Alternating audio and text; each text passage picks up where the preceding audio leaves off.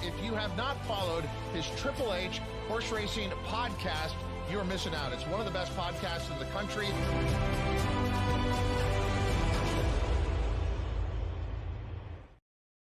Good evening and afternoon, and welcome to episode 38 of Weekend Warriors right here on the HHH Racing Podcast. I'm your very proud host, Howard Kravets, along with co-host Andrew Rdesinski, and we are here to talk about the live late pick 5, all grade 1s at Saratoga. It is Belmont Stakes Day. We can feel the energy. Hopefully you've had a great day. Matt Miller will be joining us later in the show, along with Brad Anderson, two great friends and excellent handicappers and contest players. Please make sure you listen to us on Apple Podcasts, Spotify, and Anchor. And you can follow us on X at HHH Racing Pod. We have almost 4,000 followers right now on X. And make sure you please hit that subscribe button on the bottom right-hand side of the screen on YouTube, which will bring the YouTube algorithm to the HHH Racing Podcast. As we're approaching 10K. We've got over 7,300 subscribers now on YouTube, but we need your help. If you've not subscribed, make sure you do that. Also hit that notification bell on the top right on YouTube and smash that like button below the video player as well. Andrew, it's been already a very, very exciting day at Saratoga for the Belmont Stakes Day Festival. How you doing today, my friend? Yeah, I've had some up and downs. I had Classic Q. I had the Paco horse in race 3. I forget the name is missing me right now, but a couple of horses here and there that are keeping me afloat. But we're getting into the good races now. Oh, absolutely. I have been an up and down day, actually more down than up. I did have Book and Dano. We'll have to talk about that race because the True North was wow. And the races are just going to keep getting better.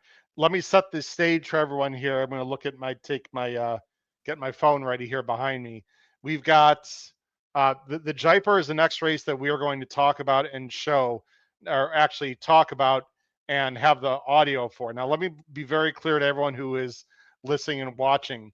Obviously, with Fox, they have the rights to everything for the Belmont. So for Saratoga, we're just going to be playing the audio. So here's what I recommend everyone to do.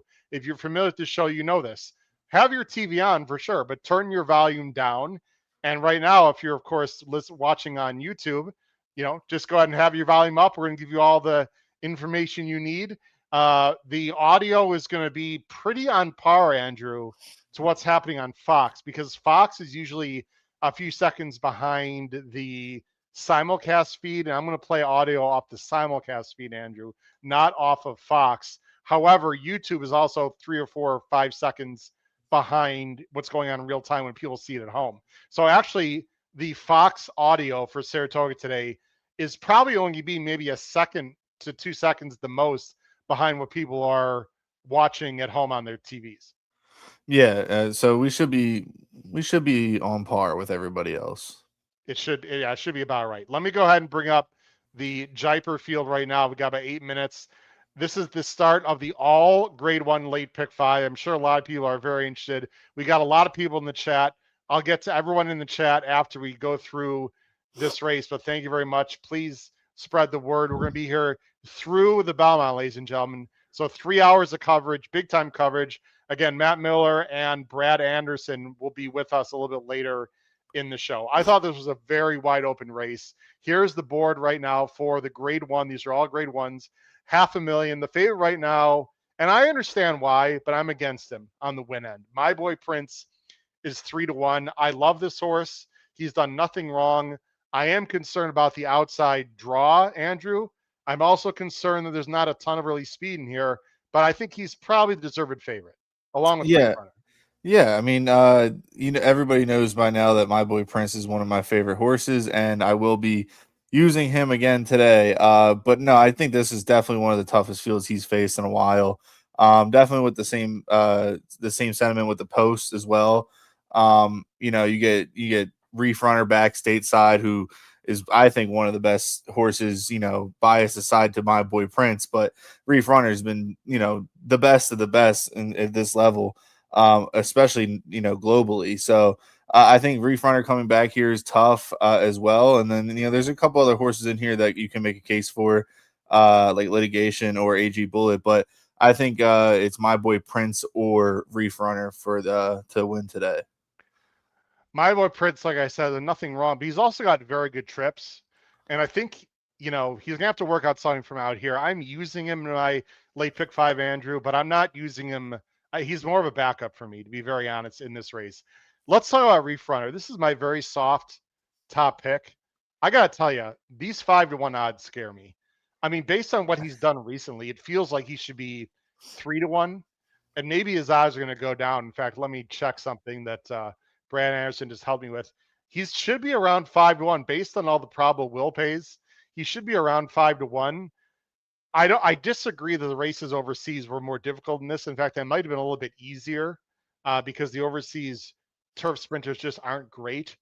But these odds, I feel like he should be lower than this to me, and that's a small concern. Yeah, I was expecting more like 3-1 as well. I think maybe the odds will drop, but I mean, this is a pretty wide open betting board here, and I don't think anybody really knows who's going to be the favorite. I would agree with that. A horse that I'm absolutely fascinated with here is John the Beer Man, and he's taking money, Andrew. He is taking serious money here. This is my sort of sneaky wise guy pick for 2 reasons mainly. Number one, he's lightly raced. Number 2, the big reason for me is on paper, he's loose. Now, you never know a turf sprint, but Carmouche is going to send. If Carmouche can get loose, and that's a big question, even if he does, Andrew, he's going to have to really class up. But his numbers recently are almost as good as anyone in this field. And early speed on turf is very dangerous. Again, if he clears, I think he's very interesting. Yeah, I agree. I mean, those two numbers last 2 times out going gate to wire, both are really tough in the spot. There's really not much like standout speed here besides John the Beerman, so I totally agree with your statement there. But I just think this one needs an extra step up, and I don't know if it'll be today that it shows that. We shall see. I'm just rolling through some people in the chat. What's up, Jason? Again, please tell everyone that we are alive here. We know that the Fox is going on, but we have 2 commercials for 3 hours. We like to believe we give great analysis. We had a lot of fantastic winners over actually months. So appreciate everyone watching here. What's up, Juan? Shout out to the tip sheet. Followed Noah and Andrew's race 7 topic on Classic Q. There you go, Juan. Congratulations. That was a hell of a call by you two, by the way. Really good call. Oh, look who's here. My good friend Craig Strader. That's Craig the Beer Man. What's up, Craig? All right, finally joined the show, Craig. I appreciate that, my friend. He's having some brewskis down in Florida and watching the racing. Let's talk about AG Bullet. I'm against this horse. I know she can win. I don't like this long layoff, Andrew. And when she's at her best, she obviously can win, but she's a 6-year-old off a long layoff. I'm just a bet against from a pure wagering standpoint for me. Yeah, I could see the play against here. I like the speed of this horse. Now I don't know if it can be on par with John the Beerman right now, as John the Beerman has races under his belt this year and AG Bullet doesn't. But I do think that these two are going to probably hook up, and that might set up a nice little something to run at for horses like Reef Runner and my boy Prince. The only horses really that have a ton of early speed, if there is such thing, is the 6 and 8. I agree. I think the break is absolutely crucial here. If the 6 or the 8 gets loose, either one of them is dangerous. I'm using AG Bullet just more defensive. Let's all have some longer shots here as we've got 3 minutes to post. I don't think works for me. The number 4 is out with Flavian. Got 99 last time. Certainly has numbers that fit. Litigation is a horse I've liked a lot at Gulfstream. I'm not sure he's of this class. He's been very close, but close is not winning. So I'm slightly against Litigation, but he can win. Another horse I've seen that's gotten a little popularity is 26 Black, who's also run some big numbers last time at Saratoga, especially. Last summer was chasing. Remember how good Bring the Band Home was? And I mean, so of the fuzzies, Andrew, who do you want to talk about? Yeah, I mean, I kind of think Litigation at 6-1 is a good piece to use underneath. I don't think this horse has a chance to win necessarily, but I mean, if you want a horse that's been ultra consistent lately, even not winning, it's still making a piece there. I think this one has a shot to definitely finish, at least hit the board. It has something to run at too. It's going to be one of those presser types that might be able to just stay on. What's up, Chris? How you doing, Chris? Good luck being AG Bullet. He loves AG Bullet. He's a big West Coast guy too, but he likes AG Bullet. From JR Wegahaupt. Andrew nailed yesterday portfolio duration. I should have listened. I'm paying more attention today. What's up, JR? The Andrew fan club is out, Andrew. So yeah, portfolio duration. I have to admit I didn't love. I've not had a great weekend so far, but Andrew, if you know me and you know the show, I tend to get red hot as the show goes along. And my biggest bets of the day are the pick 5 starting now and then a pick 3 coming up later, where I have my strongest opinion of the entire day. So hopefully I can turn it around a little bit. Would you say of the pick 5 races, Andrew, where would you rate this race in terms of difficulty from the other ones? I think this is more difficult than the other turf race, the one with deterministic in it. I forget which race that is off the top of my head. The Manhattan. But yeah, the Manhattan. I think the Manhattan's a little bit more simple when it comes to these kind of turf races that are in this sequence. So yeah, this one definitely is a tough one to start off the series sequence with.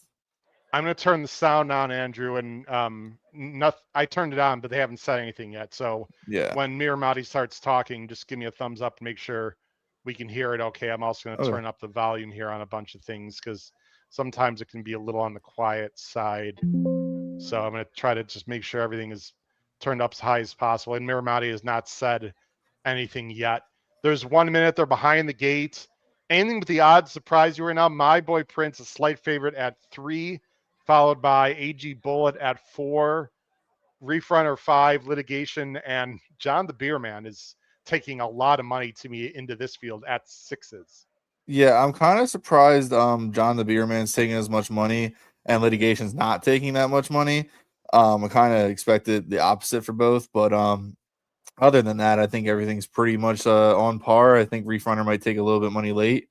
But yeah, no, I think these odds probably stay the same when they leave the gate. The 6 and the 10 I have, but I don't want them.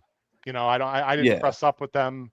If they win, they win. I shouldn't even say who I don't have in my pick 5 because who knows? We've seen some crazy things happen today. Again, Miramati has not said anything on the simulcast feed, so I'm not concerned at all. It should work just fine, Andrew. It always does. But again, you're watching the HHH Racing Podcast. This is live coverage all the next 3 hours. Not only Belmont, ladies and gentlemen, we're going to show the video. We have video privileges, live racing on the screen from Monmouth and Woodbine, and also we'll be playing audio for Churchill. So again, if you want to see the race itself, ladies and gentlemen, you do have to put on your TV or something at home. But we will play the audio here on Weekend Warriors as we are allowed to do that from any track. So again, you're going to get great analysis. Good luck to everyone. They are still behind the starting gate here. They have not loaded yet, but they are approaching. It looks like they're about to go on the turf course. And again, Miramati has not said anything yet, Andrew. So I can't have you check anything with the sound. Give me your top 3, Andrew, in the Jaipur, my friend. Yeah, I'm going to go 10-5, 6 here. And I got a win bet on the 10 and a little exacta with the 5 and 10 over a couple other horses. Very soft opinion here, ladies and gentlemen. Don't open up your entire bank account. I'm going 5-8-3. My price horse here is John the Beer Man. I'm very interested in him. I might, sometimes I play reverse try keys, etc. Andrew, with the 8. I'm not going to here just because if the 8 doesn't get the lead, I don't think he's winning. I don't think there's any way the 8 wins other than being on the lead. And again, Miramati, they're going behind the gate. There's again, you're not missing anything, everyone. There's no sound yet on the simulcast feed. Andrew, we're approaching 3.1 million in the pick 5 pool. I know not everyone's a horizontal player. I am. It makes me want to play my ticket now. Well, you can play for $24 or something. Why not? All right, they are about to load. Let me see. We're still waiting for Miramati to. I'm assuming he's going to. Man. He's not saying anything, which is. I know. I haven't heard anything either. You hear that? There we go. Yep. We're good. You're good. You heard him. Okay. We will not talk over his call. It's about as loud as I can make it. So thank you so much, Kurt. We're good. Here's we're good. Me going in. All right. Good luck to everyone. Black. The all grade one late pick 5 on Belmont Stakes Day right here on the HHH Racing Podcast starts with the Jiper. Boy Prince. Good luck to everyone. Here we go. Going in. They're in the gate. A little bit of movement from Governor Sam. The one moved the gate a little bit. Didn't break through, just moved the gate. Adjustment being made. Come on, John, fly out there and give me a shot here. Closing the front of that gate. All set.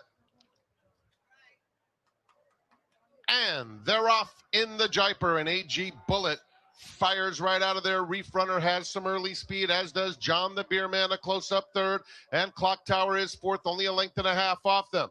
Then My Boy Prince. Governor Sam is down on the inside, followed by 20. Clear this horse. 7 lengths off the lead. All right, you got the lead. lead. We'll try it, Andrew. We'll see. Works for me. Bold Journey and Litigation. John the Beerman is the quickest of the quick and opens up 2 lengths through a quarter in 21 seconds flat. G wow. is within a well, the length. setup's there for my horses. On the inside comes Reef Runner, a joint third with Clock Tower on the outside, and 26 Black revving up while caught very wide there at the top of the stretch. John the Beerman, AG Bullet is chasing with determination. Reef Runner angles out for the drive inside the final eighth of a mile. AG Bullet, come on, Runner, and come on, Reef. Black. Come on, Reef. Come on, Reef. John the Beerman keeps on battling, but it's Reef Runner. Come on, Reef. Reeks on by late. Runner wins the Jiper. AG Bullet. John the Beerman. I got the exacta, so we're good. Let's go. Right now, Charlie Freeman, Andrew, is completely losing his mind. Yep. If you don't know Charlie Freeman, ladies and gentlemen, he's, of course, a great young co-host on Ben and Boozin. Reef Runner is literally his favorite horse in training, and he's at Saratoga, Andrew, for the first time ever. We might need a wellness check on Charlie Freeman right now. Not only that, we got 5-1. It came 5, 6, 8. I believe 5, 6, 8. I think, unless the 9 got up, it kind of got choppy on my 5, stream. 6, and something. Yeah, the sound cut off a little bit there. Yeah, no, let's say it's 5, 6, 8, 9. 5, 6, 8. Dang, I would have had that try if I used that underneath. That's okay. How about a minute flat? Number for 4 was first. 6, Reef Runner finished second. 8 John the Beerman third, and 926 Black was fourth. I'm not going to red board at all, but I'm sorry. 5-1 seems a little silly. I said it before. I thought you should have been lower. Yeah, I mean, I wish I would have just bet the 5 to win as well, but I'll take a 30-1 exacta with the 5, 6 on the probable. So I made profit. I think I made a little bit of money there. Yeah, nice job. I thought Kendrick gave a really good ride. If he was able to clear AG Bullet a little bit sooner, I think he could have won that race or come close. He ran a really good race. I'm not disappointed with John the Beerman at all. I gave out, 5, 8, 3, and the 5 came 5 first, 8 in second. AG Bullet, I thought off the layoff ran huge. This turf is so firm and fast right now. That was 21-1, Andrew. 43 flat to the half. And it's just 20. By the way, the horse you won out of this race, I think in terms of trips, is 26 Black, who must have been 5, 6 wide, making an early move. I don't blame Franco for doing it, Andrew, but I thought 26 Black, who actually finished fourth, ran huge also. Yeah, I mean, you got to find a position somewhere, and when it's that fast of fractions, it's hard to, really second guess anything you're doing. You kind of just have to go with your gut and your first instinct. And if his instinct was to be in the race early, he has to be 6 wide, and that's just how it is. But really good performance to finish fourth there. I mean, that horse was flying late down the outside and just couldn't get up with the horses in front. Yeah, if he was able to save ground, I think 26 Black could have been dangerous. I'm going to pat myself on the back for the My Boy Prince thought. Somehow My Boy Prince was able to get into like the 3 path, Andrew. I'll have to watch the replay. But he was inside of the 7, correct? I think. Yeah, him and Reef Runner both tipped out the turn, and just Reef Runner got the jump on him, and My Boy Prince kind of just flattened out a little bit. But no excuses for My Boy Prince. Got the right trip and got the right face to run into. I just think the outside post was difficult there. I'm trying to see. I think I had Reef Runner on my. I had him in. I'm just looking at our tip sheet. We got a great tip sheet. We'll be talking about it all day. I'm just looking. Andrew, you classic Q. And you had Reef Runner second. Nice job. And I don't believe No, John the Beerman was a spot play on the tip sheet, but I did have him in third. So people that follow the tip sheet will have that try. The try's not gonna be like crazy, but with my boy Prince out of there in a wide open field and a huge pool, Andrew, 5 over 4 over 5 actually is gonna pay okay. Yeah, it's gonna probably pay pretty solid. Especially in a field like that was that wide open. I mean, I think the favorite went off 3-1, 7-2. Let's see. The favorite was 3-1, my boy Prince. Yeah, so those tries should be all right. All right, we're going to go to Churchill next, ladies and gentlemen. They've got about 4 minutes to Churchill, I believe. Let me see what the timing looks like here. Down by the race. Oh, sorry, you can hear that, right? You heard that audio? Okay. That Joe Christopher. We've got 4 minutes to Churchill's 8th race. Again, we're going to show races, ladies and gentlemen, or we're going to audio for Churchill, video for Monmouth and Woodbine. In fact, I think the next race after this will be the last race at Monmouth, and we'll be able to show video for that. Let's go to race 8 at Churchill Downs. I'm going to bring it up on the screen here momentarily, and we can talk about it. Here it is. It's a turf race, Andrew. Race 8 at Churchill Downs. Starter up. Is that the right? Hold on a second. Is this Churchill? Let me see. Yeah, this should be right. Sorry, it's not a turf race. Hold on a second. Wait. Did I make a mistake? Let's see here. No, I think I'm good. Is race 8 hold on a second, everyone. I'm drawing a blank now. I got different conflicting things in front of me here. Okay, I think I have the wrong date up on the screen. Give me a second, everyone. Let me switch back to this. Let me go ahead and fix that. What do you like at Churchill as I get that set up, Andrew? I mean, I think the race goes through some mood here for Brendan Walsh and Tyler Gaffleone. But at the same time, Samud loves to run second. So if you can find somebody to beat him, you're going to get a good price on that horse. And the horses I think that could definitely upset are horses like Domingo. I don't know if Unitas is running. There is a couple scratches in this field. Unitas is running. I think those two and another horse like Vermello for DeVoe on the outside all have decent shots. So if you think you can beat Samud at a short price, I think those are the 3 horses you want to key on top. So maybe do like a try key or some sort of those 3, and then key Samud maybe in second and third with the rest of the field. I mean, there's not that many horses here, but if Samud at 2 to 5 runs second or third here, and one of your horses does win it at a price, you might be able to make some money here. Samud is even money, and I'm just taking a quick glance here. I don't like the 5 seconds at all. He's certainly logical. He's a 5-year-old who's 1 for 7. Let's try to beat this horse, Andrew. I would say you mentioned Domingo, who there's a lot of 1-fors here. The 1 for 18 with blinkers off from the inside. 67 Mustang looks a little bit slow. Chambersville at 7-1 is a closer and maybe a little bit slow. There's Unitas with, you know what? This is an interesting horse to me. Stretching out, gelded, English Channel on the dam side. Again, I did not look at this race overly carefully. If I had to take a guess, is there any other speed to go with? No, the 9 is a closer, but a very nice one for Cherie, right? If I had to take a stab, I would take a stab with the 7 Unitas, maybe related to Johnny. I don't know. I'm going to go 7-9-4. And again, I just want to be very clear to everyone watching. I mainly looked at Saratoga today, so these opinions are very brief, sort of last second looks to some extent, not every race, but Unitas I think is interesting there, Andrew, at a price. Yeah, I agree. I'm gonna do the little try keys. I mean, it's only about 15 for $1 each way, so I'm gonna do that and see if Samu can just finish in the board and just not win. But I definitely think Unitas might be loose on that lead, and if it is, I mean, Danny Shee's been riding pretty good with the limited amounts that he gets out there, and I could definitely see a front running effort here. I might even put a little win bet on him. I don't think it's impossible at all. I think if Unitas gets loose, he could be dangerous here. In fact, if I were at home recommending, I would play some with the 7 and the 9 and the 4 just underneath. That's what this 4 does. This even money, I know it's a small field now of 6, 7. The field is 7, but I don't think Samud really lays over the field here. But the board says, I go ahead and bring up the call from Travis Stone. Give me a thumbs up just so I can make sure he hasn't I hear something. Okay, it's the they're loading. So yeah, I can definitely hear that. All right, good luck. Unitas. Race 8 Vimerio. at Churchill Downs. And after this, ladies and gentlemen, we will be showing video. I'm going to go 7-9-4, a little bit upset. Hopefully Unitas can get loose and get a touchdown. Yeah, I'm playing Unitas to win, and I'm going to keep the 2 in second and third. There in the gate and the rough. Fairly even start, and Samud out for the lead. 67 Mustang is there. Unitas comes on 2, and farther out is Patrol Squad 6. So bias the first time. Unitas will take charge. It's Unitas out there leading the way. Patrol Squad 6 running in second. 67 Mustang. Yeah, it doesn't look like a sprinter. Third. Samud is coasting along behind them fourth. Chambersville is fifth. Domingo's in sixth.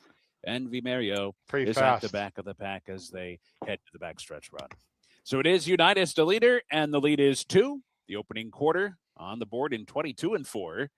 So Unitas heads to the backstretch run and stretches the lead to 2.5. I don't mind this though, Andrew. Like, just go for it if you want 6 on the chase in second. Yeah, I mean, yeah, don't play around. With a tight hold inside third. Samud continues to just coast along in fourth and starts to inch forward outside of 67 Mustang. Half mile to go. And it's Chambersville, Domingo, and Vimerio. So onto the far turn, Unitas, the leader. The lead under a length now as Patrol Squad 6 starts to ratchet up the pressure.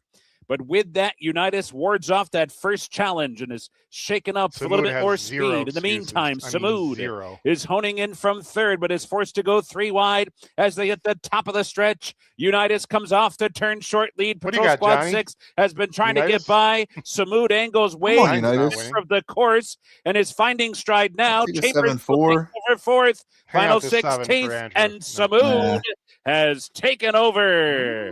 And Samud goes clear by 2.5. It will be Samud first. Patrol Squad 6 held second. Chambersville third. Domingo was in a bit tight there, rallying into fourth. That makes total sense, though. Yeah, 4:11.6. Great ride on the 4. Got an absolutely perfect trip there by Tyler G. Unitas tried. Didn't break perfectly and then sort of rushed up. That first quarter was just too fast. But I mean, he was okay. It wasn't the worst effort. It didn't help Unitas at the 11. Put pressure on him on the turn. If he didn't have that pressure, who knows? But we have to do one thing because the very first race of the day, yours truly had Reef Runner on top. It wasn't a big play, but I did like Reef Runner on top. So therefore, we got to do something, Andrew. And this will be your classic cue earlier today. Crushes. To start the show. Man. Hell yeah.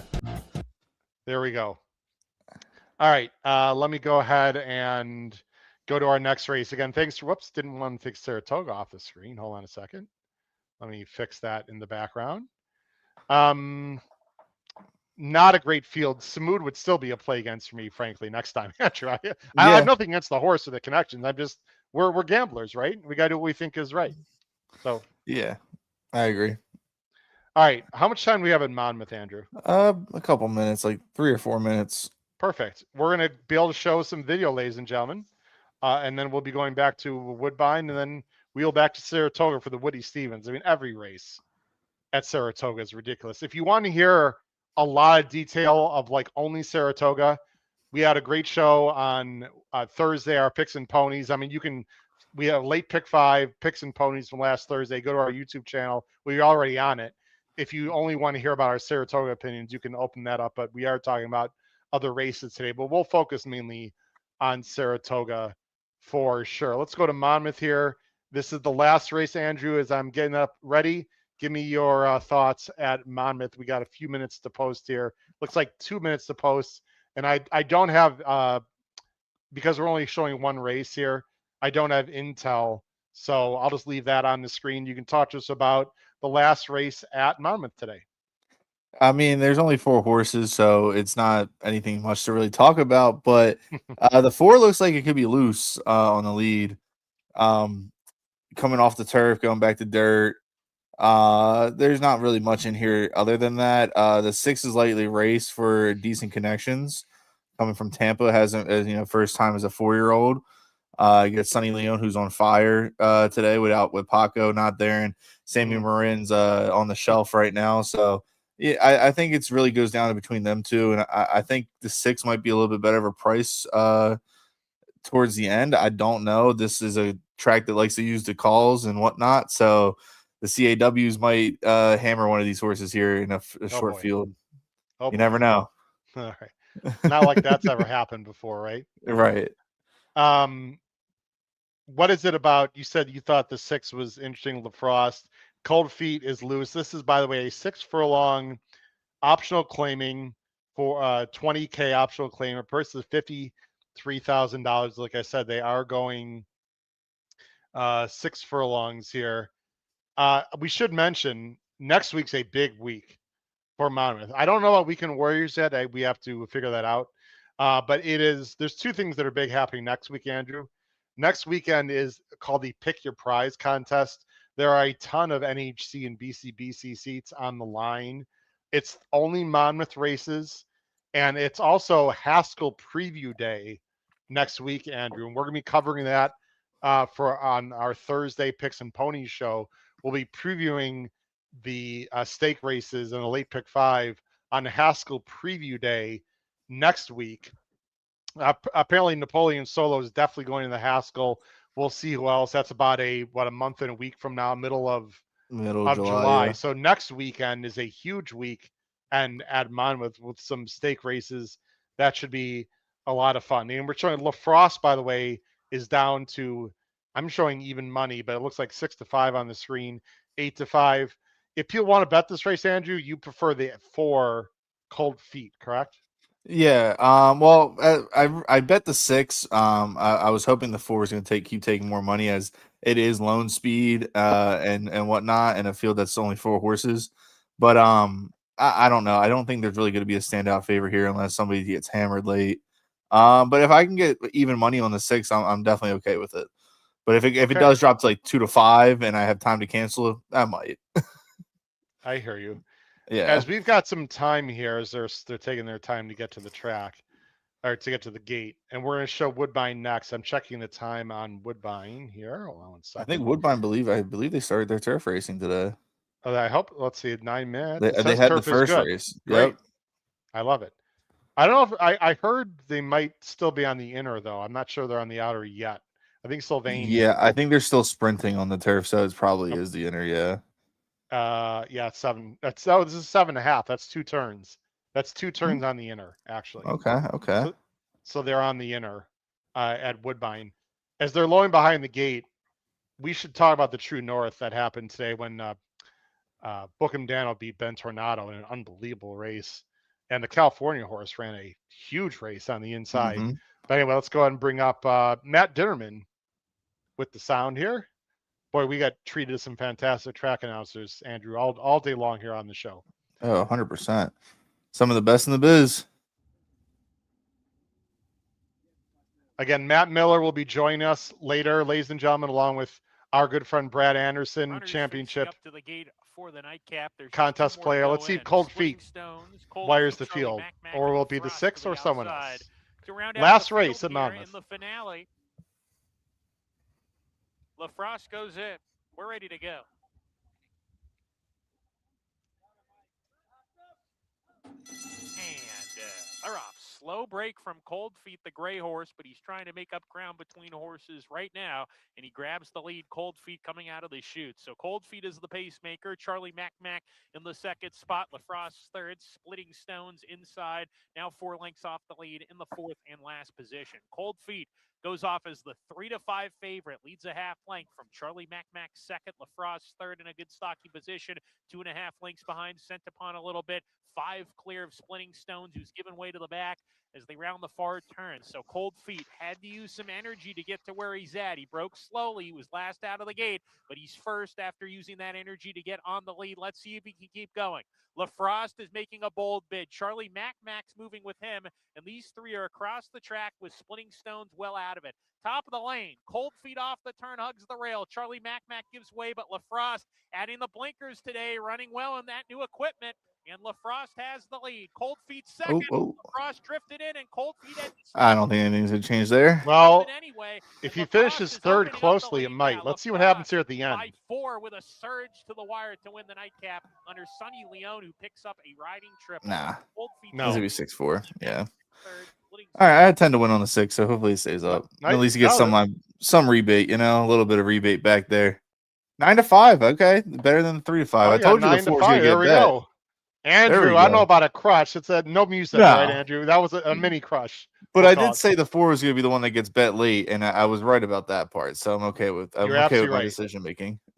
Now, the reason I was saying to wait, Andrew, if the 4 got beat at the wire by the 5, I think there'd be an argument to put up the inquiry sign, right? Because it might have cost him a placing. It wouldn't have cost him first, but maybe it cost him second, if that had happened. But that's why I was saying, hold on a second, wait. I'm not sure I love that rule, but I don't know how else to adjudicate that. Like if the 6 actually came in, right, and the 5 got second by 7, that'd be a brutal takedown for the 6 if it worked out that way. But if the 4 had barely lost and the 6 bothered the 4, by the rules, that would have to be, they'd have to look at it, and that could be taken down. Yeah, no, I agree. Right? It's a sick rule, but it is what they go by, and they do try to stay consistent with it. So they do.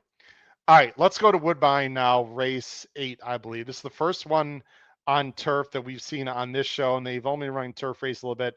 There's 5 minutes to pose. This is a nice 7.5 furlong allowance race, Andrew. Really nice race here. Optional 32 down to 30.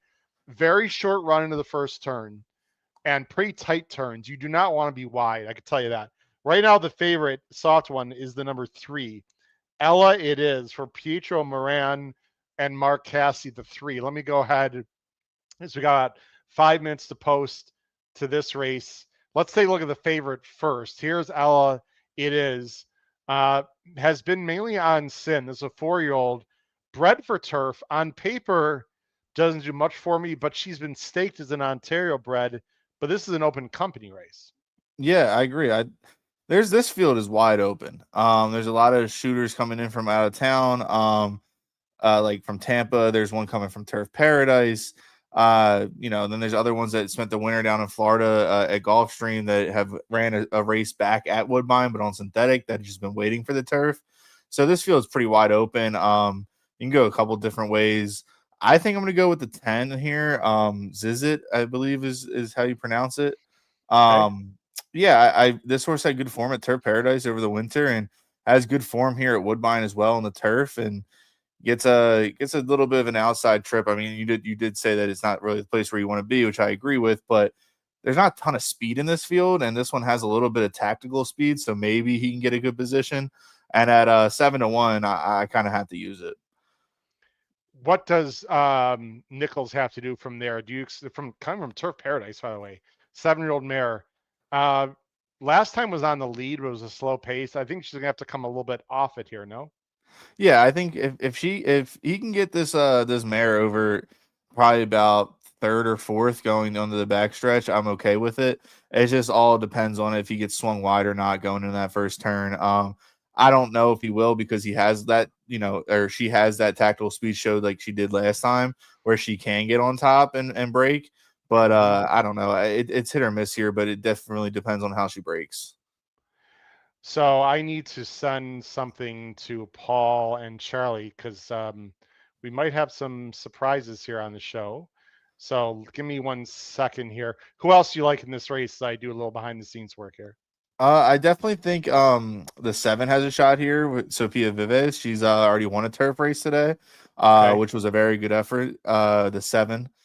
And off the layoff hasn't really shown much lately, but she does have some back numbers that can compete. But she's going to need a little bit of pace scenario to close into. And then on top of that, I think that Ella it is another one that I think is a rightful favorite here with Pietro Moran and Mark Cassie. There's not really anything that stands out to me, but I do think the 10 is the horse I'm going to play. Okay. Let me go ahead, and I'm doing like 10 different things behind the scenes here. Welcome to my world. Let's see here. Make sure we don't forget to get the race. I think we got a few minutes still, right? Let me see here. Yeah. How we doing time-wise? Let's see here. They did claim foul at Monmouth, by the way. Oh, they did? Really? No inquiry, but they claimed foul. The jockey claimed foul. That's going to be interesting. What just happened here? Hold on a second.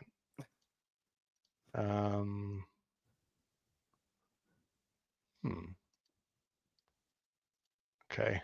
Somehow I just lost some video here, but we'll get this fixed. Okay, let me go back. And it's official at Monmouth. Okay, no change. No change. We're good. Okay, that was interesting though. Yeah. Let me add another video there. Did you happen to see the head on by any chance? I did not. I just went to go check, and I saw that it was still pending. So it is. Okay. Bit of music. Here we go, and we can show that we can the approach. Here we go. And now coming up, Race 8 from Woodbine, then we'll go back to Saratoga, ladies and gentlemen. Nantucket Stay to gate 5. Go Giffen has moved up, and the last couple. This is it, who looks beautifully turned out. And, that's a good sign. Wow. So the field almost right. Varzi at 7-2 and a lukewarm favorite 4-1. Ella it is 4-1. She's high maintenance. Stand by for a start. To the outside gate is, oh wow. This field is set to run. Locked up.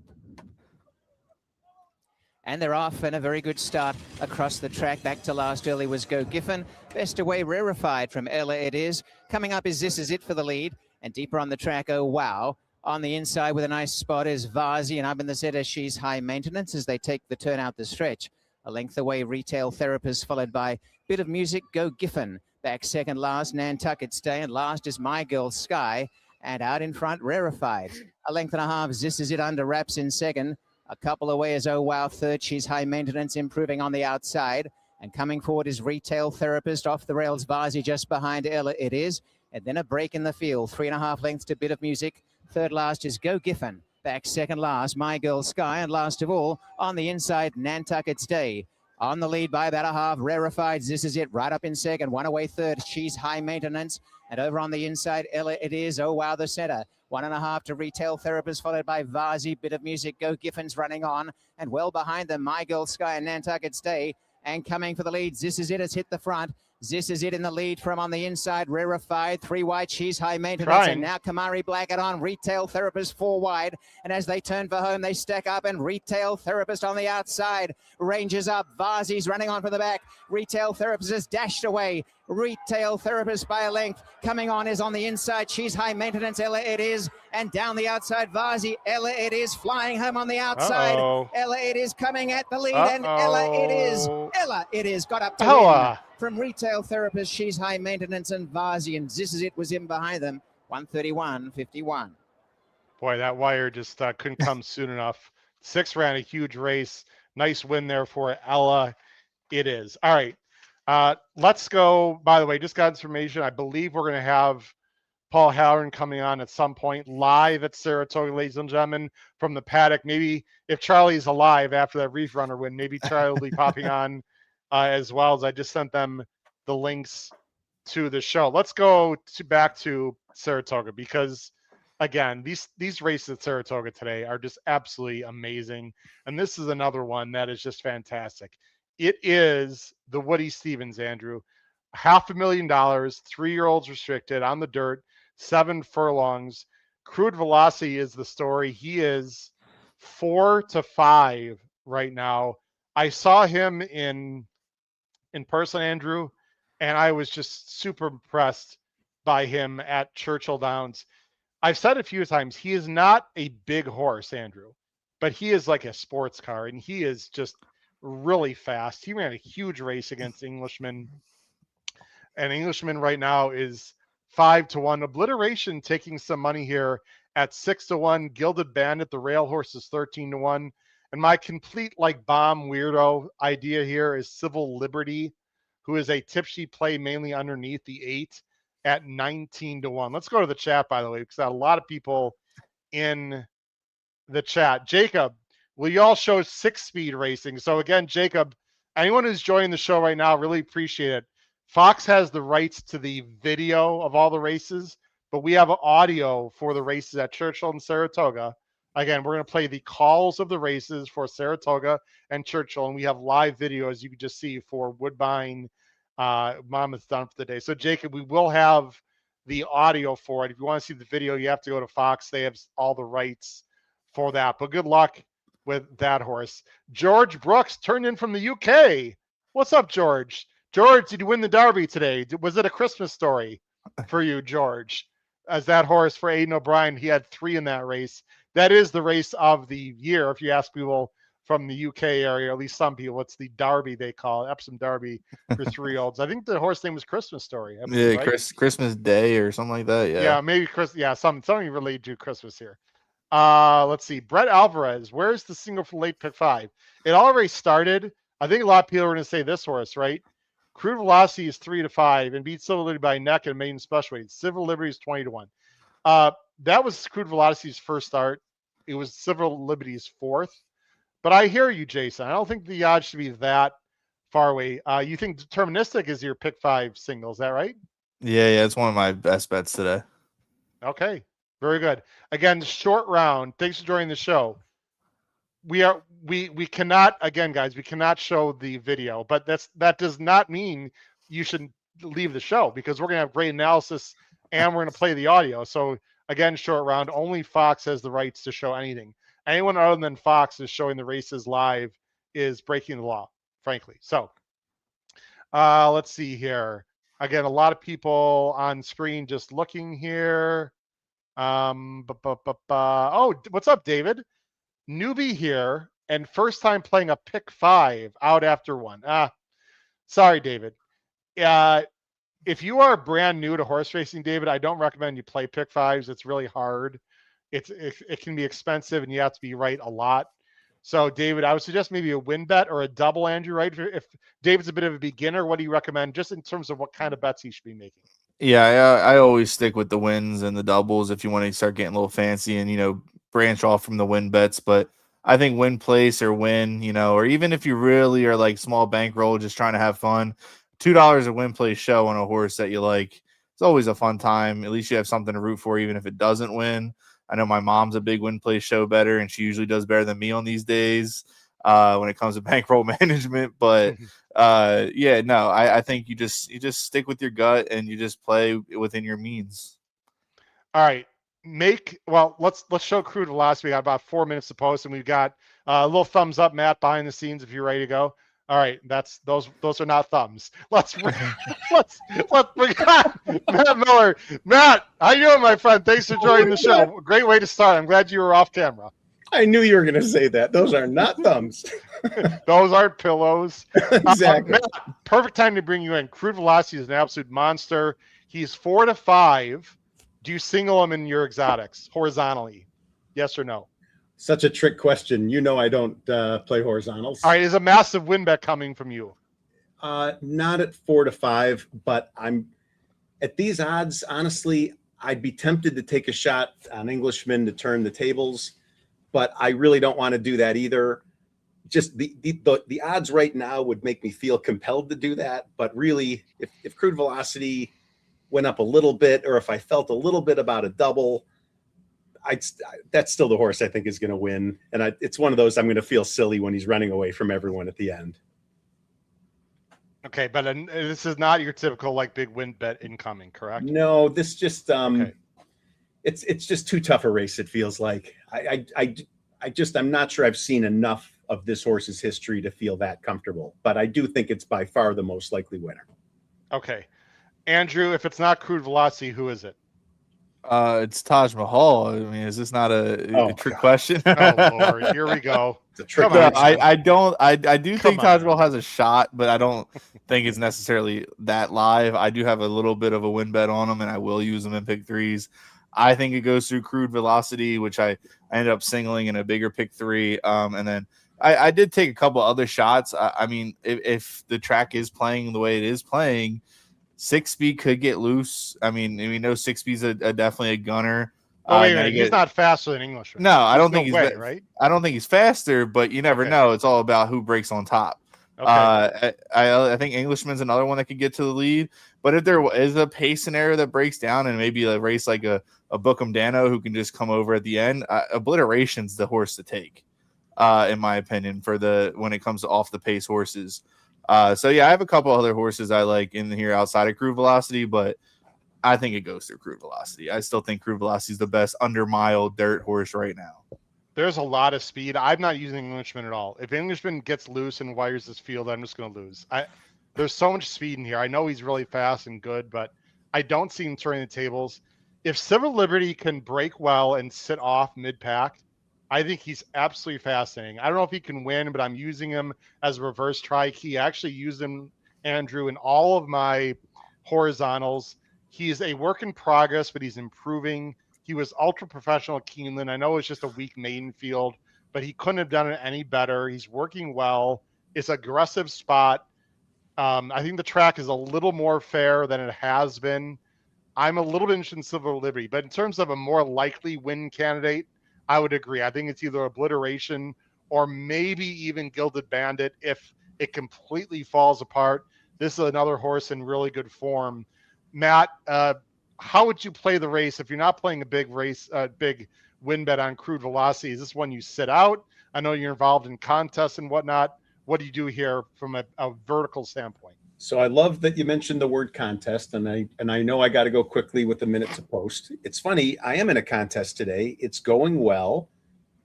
I'm therefore not playing this horse in the contest, despite really liking him. So for me, with a contest that's in good shape, I'm pivoting to cash. And again, at 4 to 5, I'm not like blown away thinking this is the deal of the century. It's not bad. And I'm trying to take quick little peeks at my phone here to see if maybe there's a double I like.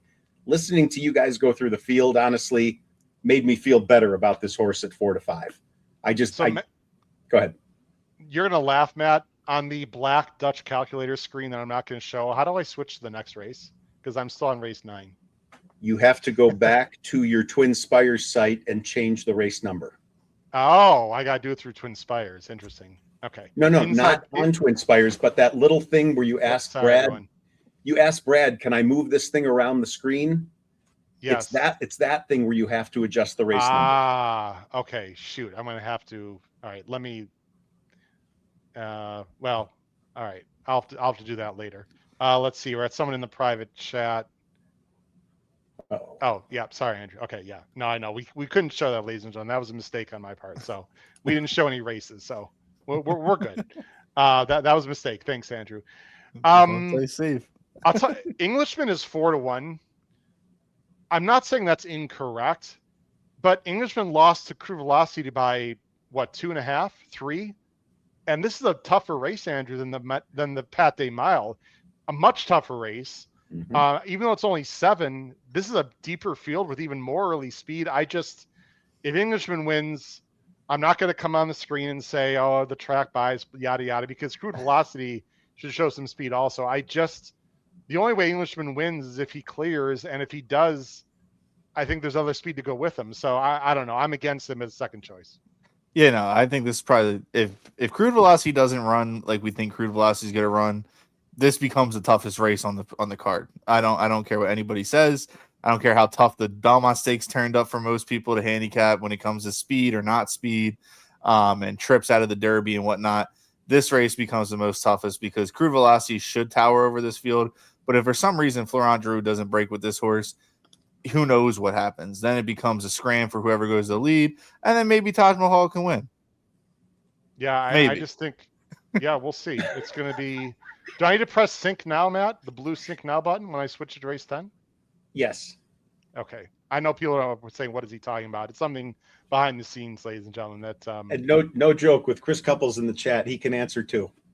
Okay. Well, I did sync now and nothing is changing. So I don't know. It takes about a minute. It does? Okay. No problem. All right. We're going to bring up the sound here in just a little bit. Again, I'm with Andrew Rdesinski and Matt Miller.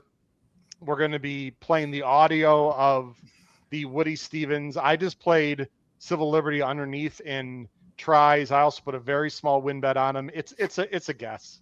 Well, I shouldn't say it's a guess. It's a stab. I researched these races ad nauseum. it's a stab, I should say, but he's 18-1. I would like to see Crude Velocity lose with one of the horses I have. I have 1, 2, 6, 8 in the try here, in the pick 5. If Crude Velocity loses, Andrew and Matt, this pick 5 is going to jump up a ton. Agreed with that, yeah. Andrew? Oh, God. Yeah, I agree. I think a lot of people probably single the 6. All right, I just got the sound up, so it should be Here's on. 6 Speed coming forward. We're good? Yep. Okay. Good luck in the Woody Crude Stevens. Velocity moves in. Will be Crude Velocity Stradale or maybe an in the upset. red, white, and blue. I'm expecting 21-3 and sub 45, Andrew. I think so. Englishman gets to break. That makes sense. outside of Yeah, I can see that. If it's 46, then it's a whole weird situation. Mahal. I don't think it's physically possible. Well, if the track was like it was the last few days, Matt, I mean, it has slowed down. Taj today. Mahal walks up. It would be 42. All right, here we go. In the gate. Woody Stevens. They're ready to go. And they're off in the Woody Stevens, Ooh, Crude Velocity presented didn't by break great. Mohegan Sun. An Englishman broke like a shot. Straight to the front. Solitude Dude will try to match strides with him. And Stradale came away in the top flight in third. Crude Velocity is trying to get into the race now. He's in between horses, 4 lengths off the lead. Taj Mahal is next. Civil Liberty is just inside of him. They're followed by Obliteration, 6 Speed, and Gilded Bandit at the back of the field. Solitude Dude shows the way to the half-mile pole. Dream Trip for Englishmen through a half in 21 and 4/5 Not seconds. crazy That was fast. the opening quarter fraction as they passed the half-mile pole. Then it's Crude Velocity now moving up to the top pair in third. Stradale is in fourth. Obliteration along the inside is 6 lengths off the lead. Civil Liberty went by him. Another 2 back to Gilded Bandit. And here's the rematch. Englishman and Crude Velocity. Englishman went very wide. Seems like he did so on purpose. And Englishman is flying through the stretch. He's got a 5-length lead. Crude Velocity could not warm him up today. Jesus. Tables Towering over the turn. competition. God. Obliteration tries to get second. Englishman, what a tremendous effort to win by 6 lengths. It's a tight photo between Obliteration and Crude Velocity, then Gilded Bandit in 20.25 seconds for the Woody Stevens. Wow. That was nice. I mean, boy, was I wrong. Oh, my Lord. Jeez. 1:20-2. I believe Obliteration beats Crude Velocity for second. I don't know. I shouldn't say I don't know where that race came from, but my goodness, it was very tight for a second here. Let's see. I mean, I think Crude angled out Velocity, too. I think Crude Velocity got the head bob. I believe it's going to be 7-6-2. The first quarter wasn't crazy, guys. It was 21-4, actually almost 22. The half was 43-4, almost 44. The 3 quarters, guys, Matt, the 3 quarters, 107-2. I mean, what's the track record at Saratoga for 3 quarters? I don't know. I have to look it up. This was T.O. Elvis kind of effort. This is unbelievable. Andrew, I could not be more wrong. Plain simple. Yeah, no, I mean, I thought that as long as the 6 didn't break on top, anybody can get there, and whoever got to the lead was going to be the winner. And I didn't expect it to be the 5, I'll tell you that at first. But Englishman just, was so much the best that Jose knew that he could just sit off of a horse like Solitude Dude. And once he knew that, Crude Velocity was behind him, I think he just was super confident in the ride. Matt, we've seen some impressive performances at 7 furlongs. Is Paul Halloran? Let me see. Paul, can you hear us? We don't have video from Paul. Paul, can you hear us? Right? Oh, there you are. Paul, can you hear us? I can hear you, Howard, and I am here with Jay Briccione, who does nothing but win grade graded stakes at Saratoga. Not me that wins them, it's Cook and Dano that wins them, but I'll take the credit. Hey, Paul, we got some massive feedback, Paul, coming from you. How's I'm not that? sure. Any better? That's better. Congratulations, sir. Bookham, if people don't know, he's one of the ownership group of Bookham Dano. Can you describe, we'll get back to Englishman, who just ran 1:20-2, by the way, guys. Bookham Dano, Atlanta 6 race. You can't be any more proud, sir, as you beat your nemesis today, Ben Tornado.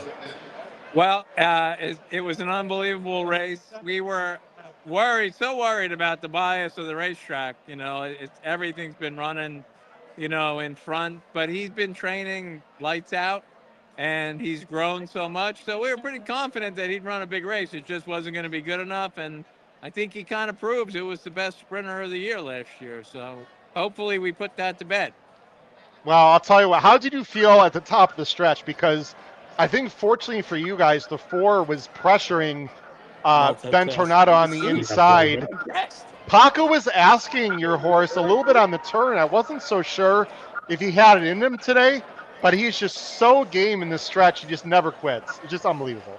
You know, if you look at his sheets, he is as consistent a racehorse as you've ever seen, and he's got incredible heart.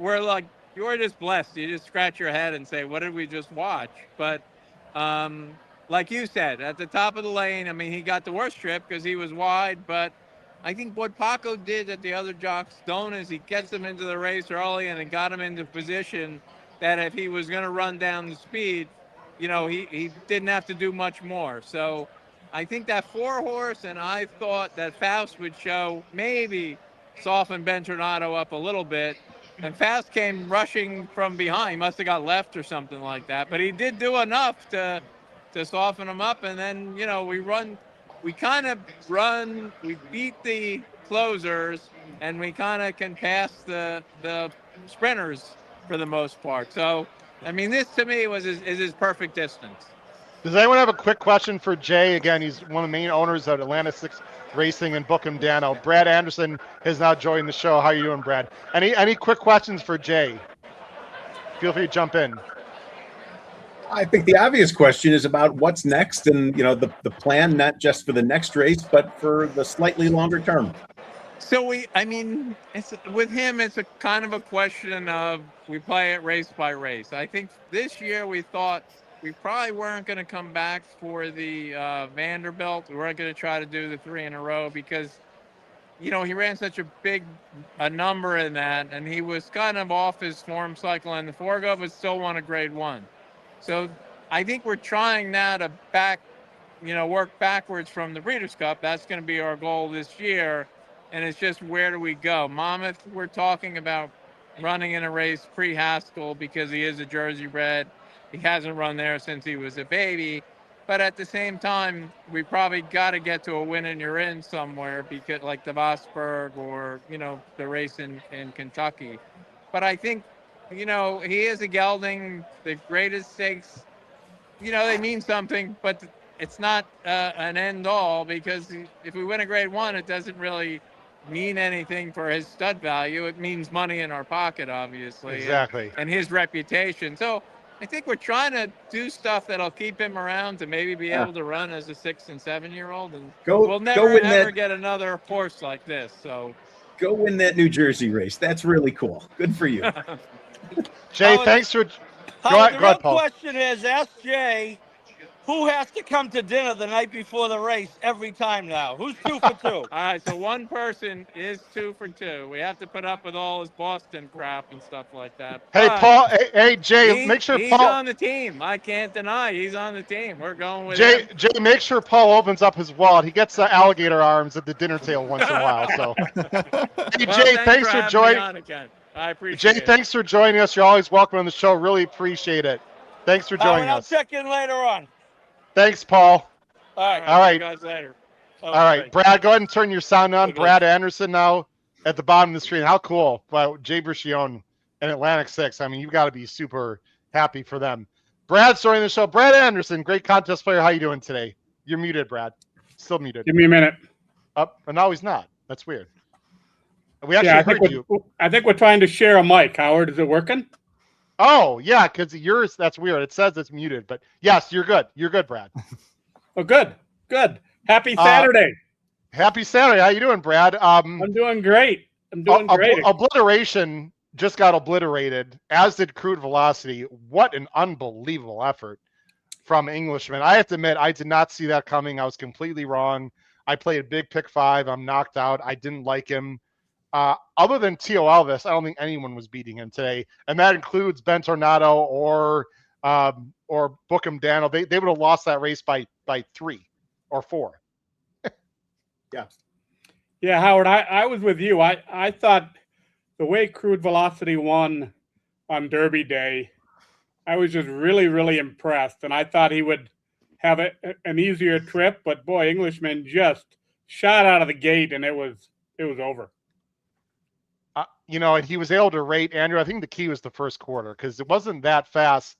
I just thought there'd be more speed in there. Obviously, I was wrong.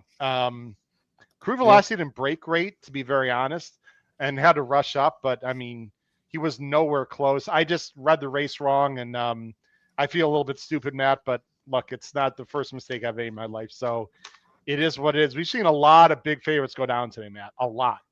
Tough day. I haven't been paying super close attention. I could probably find it somewhere to see what's going on in the various tournaments. But my guess is that those that are covering Saratoga, I'm willing to take a very comfortable guess. You're not looking at very high totals. These have been a lot of tough winners, especially if you're like me trying to string them together with doubles or whatever. This has not been easy finding one winner, let alone 2 in a row. Right. No, not at all. I mean, people like to play doubles. Definitely like to do that. We've got 25 minutes to, I think you could argue, the race of the day, the race of the weekend, the Met Mile. So we have plenty of time for that. We've got about 9 minutes to Woodbine. In fact, Matt, let's go ahead and look at a leaderboard, which we haven't had a chance to do yet. I'm going to show the cash tournament leaderboard that I'm in, and it's a little bit selfish, but there are a bunch of people playing in it. So, Matt, why don't you talk to people about Twin Spires contest? I know you're a big fan. Well, I am. I'm going to hold up if it shows to the group. Is that showing up at all? Yeah, I can see it. So that's the Belmont. That's the big Belmont contest. That's our buddy Jacko running that one now. And Christian Helmers has been in the lead all day. And good friend Marshall Graham just jumped 30 spots. So you're looking at 46 grand on top, 43 for second. I think a lot of us would think somewhere between 50 and 70 grand is likely to win that. So that just got awfully competitive. Christian had it in a bit of a runaway for a while, but as we all know, people play late, especially in these things. So nothing's really safe, but pretty high drama there. Speaking of drama, look who's in first in the $500 Twin Spires contest. Of course, there we brought go, to you by Chris. our great friends. Skippy, Chris Couples in the lead it's right early. now. Yeah. He just moved up 9. He just moved up 9 spots. He played he had a big win bet, a $200 win bet on Englishman. That was his main play. He also reversed it 6-7 exacta. So he really liked Englishman. Hard to fight anything there. Great job by Skippy. I am in this contest. I'm waiting for a spot. It's actually this race, guys. So at some point you'll have to give me a minute because I'm pretty much going to go all in this next race. But there's a long way to go. Obviously, with Chris in first, you see Mark's in second, Mahmoud is in third, and it goes down the line there. And here's the prize distribution. This is not a small amount, Brad. Look at that, Howard. Say again? I say that's an outstanding prize distribution. Yeah, absolutely. 58 entries. What's wrong with 7 grand for first, Brad? Wow. Fantastic. I wouldn't have played nearly as carelessly if I realized it was going to get that high. That's a solid number in cash. Yeah, bring it home, Chris. Yep. Bring it home. There you go. Well, wait a minute, Brad. What about I'm in the contest. Howard, you scroll down. Let me see where you're at. Wait, I think we lost Brad. Is Brad? What happened to Brad? Oh, sorry, Brad. I'm in 14th at 273. I haven't made a move yet. It's coming up right now. I'm fine. Right. It's all good. It's coming up right here. You can chase Skippy. Chase Skippy. Get up there. Skippy Schmippy. I'm going to chase him down. What does he know? So he had a horse that I hated on top. Whatever. Anyway, I'm trying to keep it positive because that was semi-disastrous for me horizontally. But I played a massive pick 3 coming up, starting in this race. So this race is coming up here will actually determine a lot of what's going to happen. And the horse I like is actually getting bet down a little bit, which I don't love, but that's okay. Guys, we've got a few. What do we have to Woodbine, Andrew? I want to go at least show the audio there or throw the video there. 5 minutes, it says. All right. It's a stake Let's do race as this. well. Okay, great. Let's go to Woodbine, then we'll go back to the Met Mile. How's that sound, guys? So, Sounds hey, good. Brad, while you're on, you don't make too many appearances on our show. Are you playing anything contest-wise? Brad is an excellent contest player, really good handicapper. What's been your overall strategy betting-wise today? You know, Howard, as you know, I'm starting a vacation golf trip, so I've been focused on my putting more than I have for handicapping. So I'm not playing any contest. It's a cash day for me. And it really is a cash day that just started a couple races ago, and I'm 0 for 2. So okay, I got a rebound. But yeah, just, these are just great races, quality horses. So you got to have some action. This next race at Saratoga, you'll come back to it. It's just phenomenal. Yes. But yeah, so just cash and cheering on all my friends in contest. I love that. Let's see. Noah's got a suggestion for you, Brad. Putt for dough, Brad. Putt for dough. Noah knows the game. Noah here's a pretty good golfer. From what I understand. Drive for show, Noah. Putt for dough. There you go. All right, let's talk about the Fury, Andrew. It's a 6-horse field at Woodbine. We're gonna be able to show the video here. 125,000. I almost feel like we're giving Englishman short shrift, guys. That was one of the best efforts. For some reason, the Woody Stevens just gives races that just are like complete wow moments. That was a wow moment. And by the way, he floated out, was in the center of the track. So I mentioned this earlier today to you, Matt, I believe, or someone else. I'm not sure the rail is the place to be today, Matt. Unlike it's been the last few days. Yeah, I don't know if it's a bad place to be, but I think it was a more special place to be in the prior few days. It seems to be a bit more fair. I try, again, like with so many things in life, I think there are people far better than I am at reading track condition and how it affects horses. Okay. That's one of those that I kind of think is in the odds for the most part. And I try not to get too focused on. Okay. The Fury, 6 horses here at Woodbine. What say you, Andrew? I have a win bet, place bet on the 5 Bossy Candy. Okay. It's one of the only horses that has multiple. I think it is the only horse that has multiple races under its belt this year, off the layoff, and it's just been improving each time. And then you get connections like Cassie and Moran, who have already won however many races this meet together, which is one of the more dominant trainer jockey combinations here. But the 4 is a rightful favorite. It just all depends on if her 3-year-old season will be good as her 2-year-old season, especially because she hasn't ran since September of her 2-year-old season. And sure, she's 3-0 and has won on both surfaces, but I just think that it should be, I think, more lower than 2-1, and the fact that it's not 4-5 morning line holding those odds kind of keeps drifting up. Just makes me think that the 5 has a shot here, or even the 6. But I'd rather go with the horse that has more experience off the as a 3-year-old. Yeah, the 6 is even money.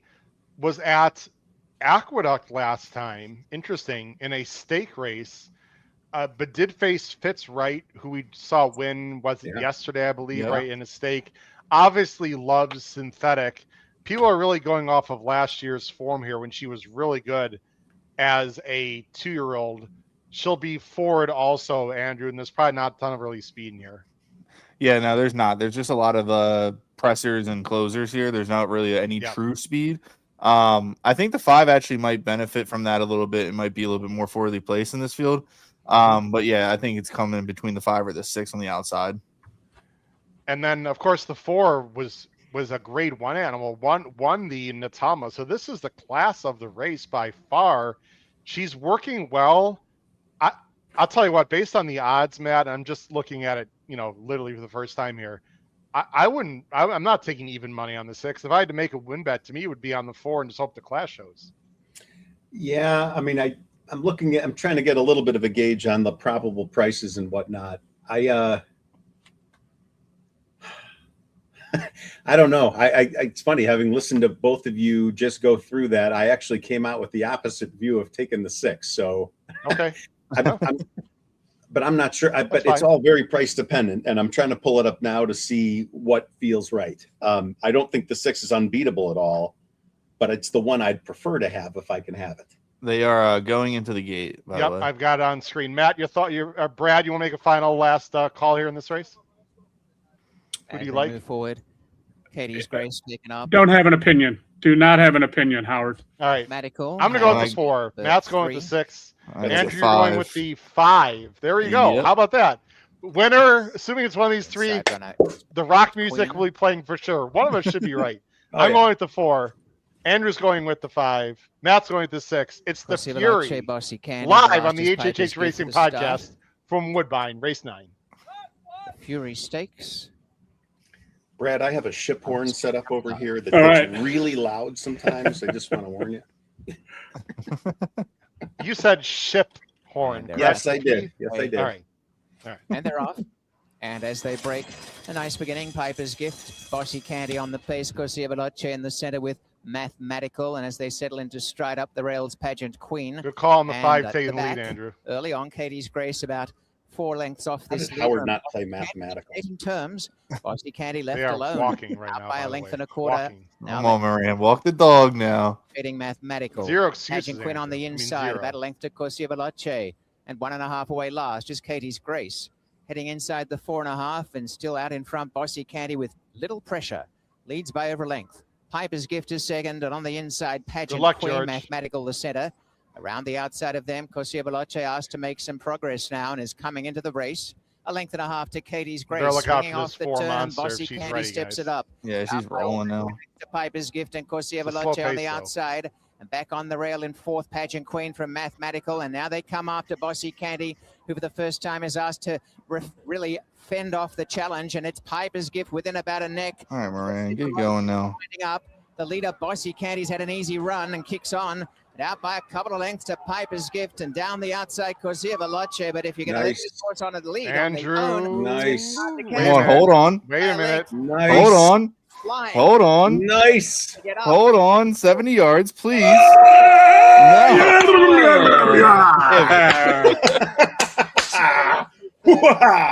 Hey, I was right about the 4, though. I was right about the 4. Sorry, Andrew. Sorry.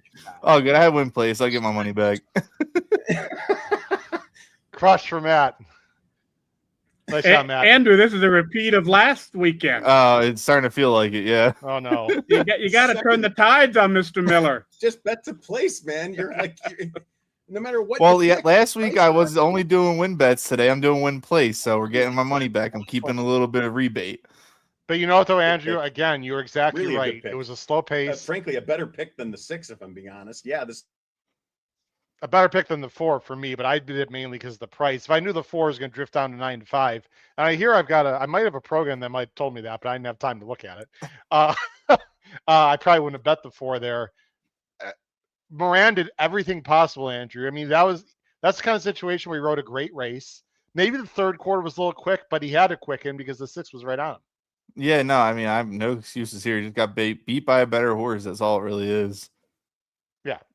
But, if you played a 6-5 exacta with a 4 out of there, would have been okay. Small field.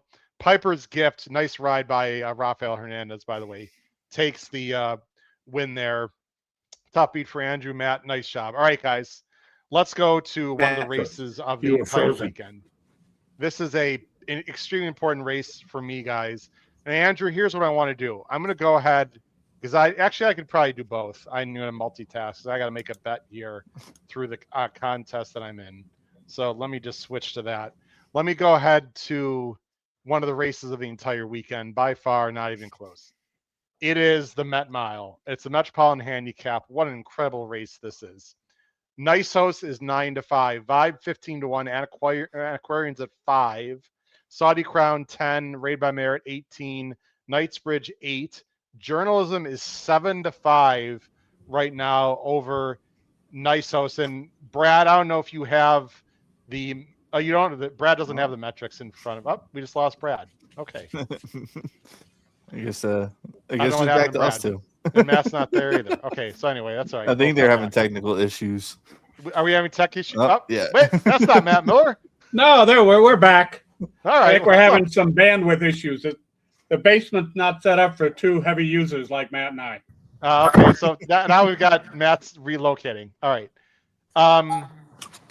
Okay, so that's Brad Anderson. That's not Matt Miller on the below Andrew there, obviously. So that's okay. That's Brad Anderson. This is even better. I've got Beth out here. Apparently, I got to get that fixed in a hurry. All right, you can fix that. Brad, do you have metrics that can tell us what the off odds would be approximately between Nisos and journalism? Do you have that available for people Hold at on home? a second, Howard. All right, Andrew, as he's looking at that, what are your thoughts here on the Met Mile? It's an unbelievable race. Let me bring up the PPs here. There's several ways you can go, but the top two are special animals, and I like one that's not in the top two. Yeah, so I also like one that's not in the top two, but we'll get to that. Okay. Just looked at my bet from the pick 3 starting last race, and I totally forgot to add journalism, which was on my original ticket, but then I canceled to press the 6 a little bit more because the odds were down. So I forgot to add the 7, so I had to have to hedge here now with the 7. But I think Saudi Crown's very live here, and Really? that's my horse on top. I've always been a Saudi Crown horse fan here. 10-1 is probably the best odds I'll get anytime going forward from this race, I think. But Niso should be the fastest early, in my opinion.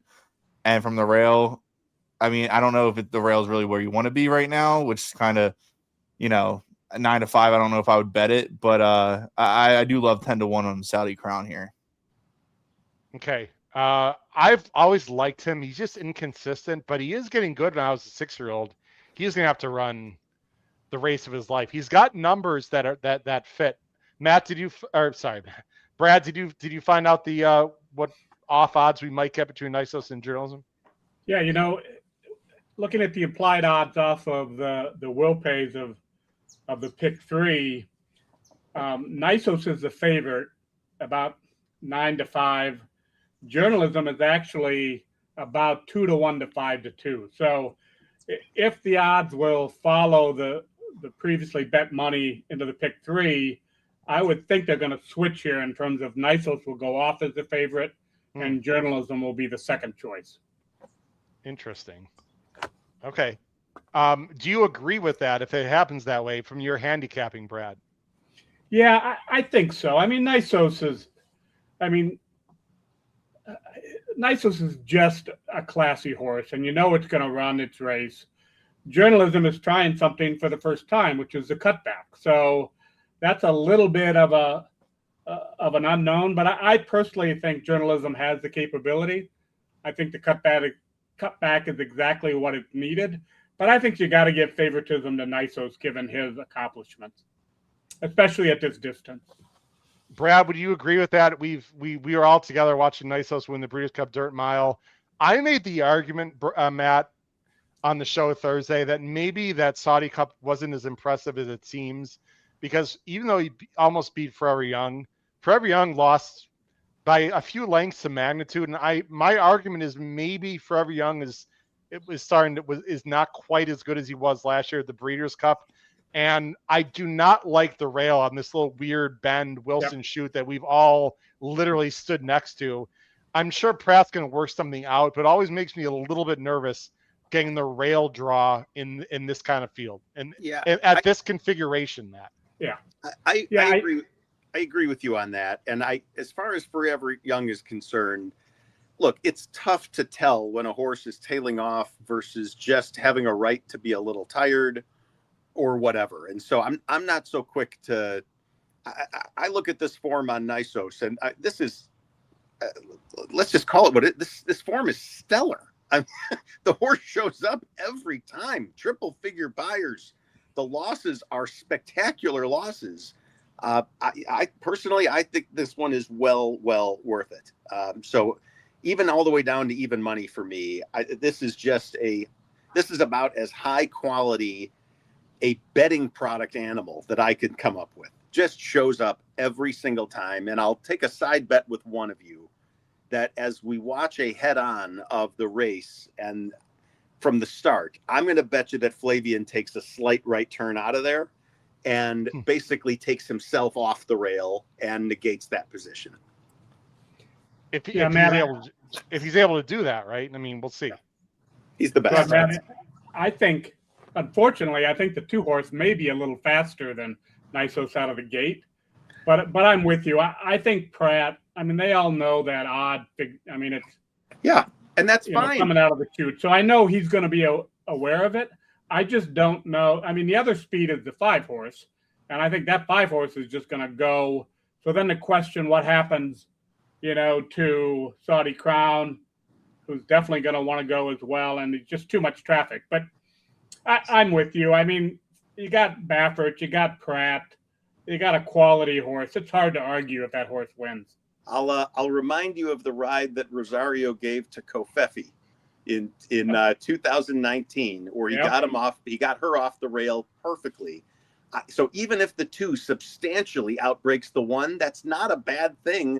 The 1 swings out a little bit off the flank of the 2, and away we go. So, look, there's a lot of ways these things can happen.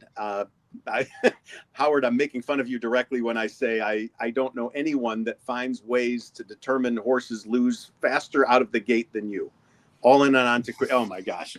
Yeah, that's a way to get you set up in a hurry. I have one question for Andrew, and then I need to go on a 2-minute diatribe, guys, and a speech. Andrew, is journalism going to be better at a mile, or is he better a little bit longer than a mile? I got one word for you: frosted. All right, that's what I think journalism is. Now, when I did a show, or I think it was, I don't know what show it was, but I think it was our show last week. Somebody in the comments was saying that they were so excited to watch journalism run because it reminded them of Frosted when it came back to the Met Mile, and I kind of can see it here.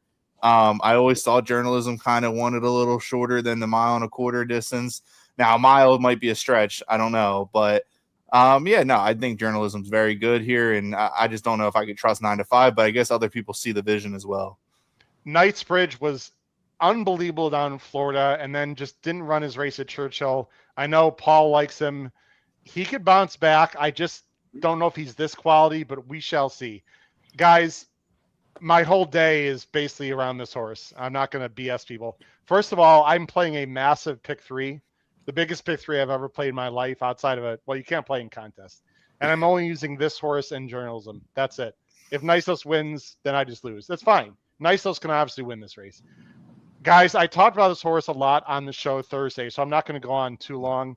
When you really break him down, he was a late developing 3-year-old and really came into his own, guys, as a 4-year-old. He almost beat Phileas Fogg in a very good Suburban and then beat Sierra Leone in the Jockey Club Gold Cup. I know it was marred by Phileas Fogg and Mind Frame. I get it.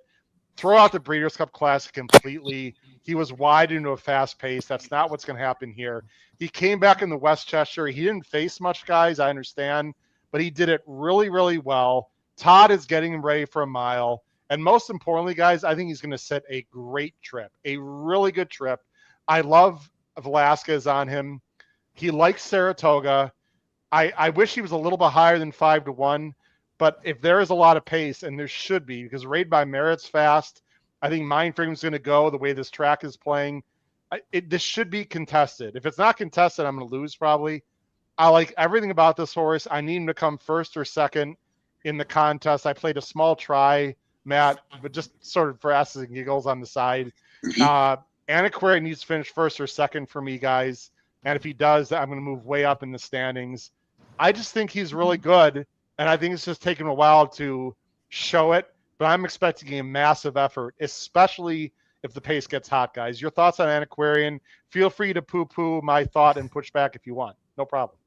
Are you going to be listening while we talk? What? Yes. Go ahead.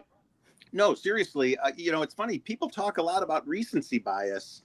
I think there's another kind of bias at play, which is kind of the polar opposite of that. When a horse develops a certain way and then changes, I don't think it's easy to spot the change. Look, my Olivia, that's the saddlecloth hiding behind Brad, she was awfully tough. And as a kid with colic, it took us like 3 months to realize the colic was gone. We were like so burned by it. Well, Antiquarian, I got to be honest, was not a spectacular horse for a while. But if you cut off like the bottom half of this form, this looks like a spectacular horse. And so I'm not asking for people to fall for recency bias, but I give the horse the right to improve, and these numbers are pretty consistently terrific right now. I do think, Howard, you're likely to get better than 5-1, depending on how you play it with exotics or multis. It's 5-1 kind of feels like the minimum from an odds perspective. I mean, I'm only looking at the screen in front of me, which is showing me the 5-1. So it may be different somewhere else, but I do suspect it'll play better in the multis. Yeah, all right. Howard, I wouldn't poo-poo this at all. I mean, and I think you're going to drift up closer to 6 to 7-1, which is great value on a horse. I agree. You go back 3 back. That was an impressive race. Very impressive. So, I think this one's going to drift up a little bit, and you're going to get paid. Well, here's again, Matt Miller with hair. I like that on the bottom, Brad. I have zero concern, Brad. Zero concern that he's talented enough. He's absolutely talented enough. My main concern, Andrew and Brad, is the distance. I don't know if he's best going a mile and 1/8, a mile and a quarter, but this is sort of in Todd, I trust Brad with the distance here. Yeah, no, I agree. I like Antiquarian. I don't know if I like it in the spot, but as a horse overall, I think the horse is superbly talented and definitely fits in here if one of those top shooters don't go. They have to go fast. This will be a major fist pump. By the way, I played exacteds with him in second mat with the 2 likely with Nisos and journalism. So if he gets second, that's fine. It won't take me. Let's just say after these next 2 races, I could easily be in the lead in the contest. Of course, I don't know what other people are doing, but I'm just we'll see. If he doesn't run well, okay. And if it's not the 3 or 7, I'm completely done for the day betting. So I don't think they're doing this.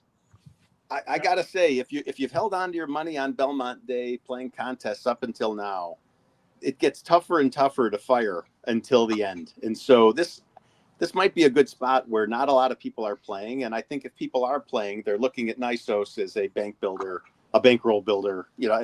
That feels like a pretty reliable pick. And so I would say you're going to get paid here. Nice job, Stinson and Englishman, 21 in place. Nice. He's hot. Nice job, Stinson. Nice. Keep that going. JR, HH boys, I'm hoping you are right 2 days in a row. Let's go. That is my plan. Sylvain is here. What's up, Sylvain? All right. No worries, Sylvain. You're not late. There's no tardies given. School's out. You can come whenever you want. Appreciate it. Let's go, as I do have the sound on, and they're entering the post. Andrew, let's just whip around real quick. Sorry, the other way. Andrew, then Brad, then Matt. Top 3 in the Met Mile. Andrew, you're first. I have 4-1-7. I got the 1 and the 4 in the second leg of the pick 3, and I got a win bet on the 7 as a little hedge because I can't press buttons right. Wow. Okay. Saudi Crown with the upset for Andrew. Brad. This is a coming out party for a shorter distance for journalism. So I'm all about the 7, put the 7 on top with the other 2 logicals, the 1 and the 3 underneath in the exacta. And as you said, Brad, accurately, journalism 9 to 5 almost seems like a good price based on who he's faced. Yeah. Matt, who you going with here in the Met Mile? I have a cold punch double of Nisos into, I think it's the French 6 horse in the next race. But if you're asking for a top 3, it's not. It's the same 3 we've been talking about. It's Nisos and journalism, not for 1-2, but most likely winners. But Antiquarian to hit the board under those, I like quite a bit. All right. A lot of positive comments for you, Brad. You look good with that. Matt looks good with the hair. It's post time for the Hillendale Metropolitan Handicap. Sound good, right? Sound good? You guys hear the sound? Yeah, you're good. We're good. You will see a fist bump and some yelling if it's a fast pace and Antiquarian's rolling late. Again, I'm a little concerned about the track. I'm concerned about the distance. But like you said, Brad, if I'm right, I'm getting paid 6-1 in this field. And by the way, Knightsbridge is now down to 5-1. Yeah. So he's taking some money. Andrew, real quick. That's why. Real quick on Saudi Crown, Andrew. Can he win without the lead? Yeah, I think so. I think he can press, but I think I'd rather have him closer, if not on the lead. Be the first one to load. All right. I think the break, by the way, is extremely important in this race for a lot of reasons. Here we go, guys. I think I need to modify my exacta and put Andrew's horse in second. You got time. I think I got to do a 7-4 exacta here. Good point. You got 20 seconds, Brad. All right. Good luck to everyone. Huge race on the day for a lot of reasons. Selfishly for me, it's a massive race. If the 3 does not finish first or second, I'm most likely done betting for the day, which would be fine, but I'm not going anywhere. Moves forward. Here we go, guys. The Met Mile, Frank Miramati with the call live on the HHH Racing podcast from Saratoga Springs, New York. Good luck, everyone. The last one to load is Journalism. They're ready to go. Going Come in. on. Now they're ready to go. They're in the gate. And they're off in the Hillendale Metropolitan Handicap. Antiquarian broke well, but Nisos has more natural speed and is up to take the lead. Saudi Crown is up and on the pace, and Knightsbridge is fourth, 3 lengths off Nisos. Then it's Vibe racing on the inside of Journalism, what are you has doing? 5 lengths to make up, and Rated by Merit is at the back of the field. Nisos gets pressure. What are you Plenty doing? of company through an opening quarter that went in 23 and 2/5 seconds. Antiquarian aggressive. I'm puts his shocked head by in this, front. guys. Saudi I Crown don't know what they're doing. So suddenly back to third along the inside. Oh, he's getting the And lead. They're setting it up for journalism is what they're doing. The half-mile pole. 3 more back to Vibe. Journalism I'm gets to shocked do by his best this. running, has Shocked. 6 to make up, and Rated by Merit at the back. 45 and 3 for the half mile around the far turn. And Antiquarian is now confronted by Knightsbridge. And Knightsbridge cruises on by. Just behind them, Nisos. Flavian Pratt has decided to take him to the outside and has to come after Knightsbridge now. Journalism has work to do. He's 5 lengths back, trying to rally as the field turns for home. Here comes Nisos on the outside of Knightsbridge, and Nisos takes the lead and pulls away. Journalism is down the center of the track, and then Antiquarian, they're coming to the 16th pole, and Nisos is a superstar, drawing clear with authority to win the Hillendale Metropolitan Handicap by 4 lengths over Knightsbridge. Journalism finished third. 1, There we go. 6, 7, Nisos with a great ride. 134 and 4. Guys, all right, let me talk first. Johnny V is a Hall of Famer, and so is Todd Pletcher. I have no effing idea what the hell they are doing with this horse. He's never been on the lead in those kind of fractions. Ever. I understand that the rail is good. If he takes back and lets those horses, I understand why he wants to use them a little bit early. I'm very pissed right now because I don't understand the ride or the idea at all. And Antiquarian, he finished an okay 4th. Nisos guys 7-5. Flavian, perfect ride. Knightsbridge ran well. Guys, journalism, I'm off the journalism train. I'm done with him. I'm completely done with him. He finished a no excuse 3rd. He got pace to run into. He's a nice horse, guys. I'm completely done with journalism. But Matt, nice call on Nisos. Thank you. And yeah, I mean, he just kind of ran his typical race. And I'd say the others, other than Antiquarian, I think not that they got revealed, but it just wasn't quite good enough. You know, when Andrew said they're setting it up for journalism, he scared the crap out of me. I totally agreed with him.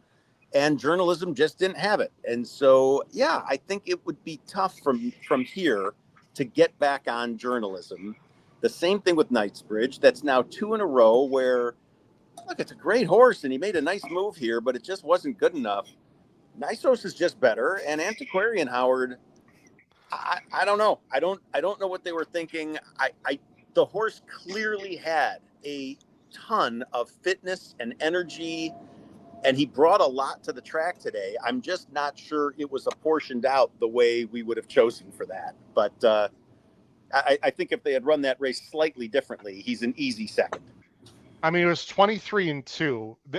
It's hard to go really fast on that first bend. So that's a reasonable fraction. What I understand by Johnny V is once Knightsbridge made his move on the outside to take the lead, just take back and let Nisos and journalism and let Nisos and Knightsbridge fight it out, Brad. I just don't understand. I guess they were hellbound on going the lead today with Antiquarian. I can't explain it any other way. I thought he still actually ran okay for 4th, but it was 45 and 3, 109 and 2. With serious animals breathing down him. I'm completely baffled. It's really frustrating for me, but I will move on. Your thoughts, Brad, on the race overall? Nysos, huge win, great ride by Flavien. Yeah, we were worried about the one post. Pratt he gunned him early, got by the 2, the Vibe, and just sat. He's just a quality horse, a quality ride. So hats off to Pratt and Baffert for getting that horse. He's just very, very consistent. Journalism just didn't have it, so I don't know what the answer is there. He's a good horse. Maybe he's just a grade 2 horse and not a grade 1 horse. He had every opportunity, and I think Jose had him where he needed to be. He wasn't too far back. He just couldn't close into a horse as good as Nysos. And, the horse, I know, Matt, you were down on Knightsbridge. I thought Junior had a good ride on Knightsbridge. I think if you're going to win the race, you got to do what he did. He just wasn't good enough. Exactly. So, he's just a great rendition of the Met Mile. Great. It was quality, but in the end, the class really came through. Yeah, Matt, I'm going to disagree a little bit and agree with Brad. I thought Knightsbridge ran a massive race. I thought he ran huge. I'm not sure he's of this quality, and he's lost to arguably the best, sprinter miler in the country, or maybe horse in the country, period, in Nysos. If Knightsbridge can run that kind of race in most of his efforts, Andrew, I think he's going to be a player in the I don't know about the Breeders' Cup Sprint because he's not a 6 furlong horse, but in the Cigar Mile later in the year, just name a race, whatever. So let me reframe a little bit, because maybe it's a function of expectation. Before Knightsbridge, terrific, nice job, good job, Gary. Gary, we've been having a good time all weekend. Before Knightsbridge's last loss, I really thought that was a super special horse, and so that last race for me really.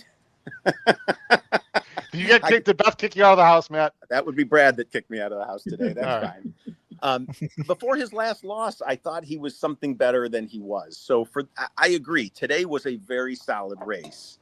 It's just not the race that I thought the horse was capable of before, but it's still a high quality race. And look, we're comparing them all against, one of the best horses in training right now, in my opinion. Yeah. So that's an awfully tough comparison, and I don't want to rip anyone too hard. Knightsbridge ran a quality race. I'll give you that for sure. No. Actually, you know what?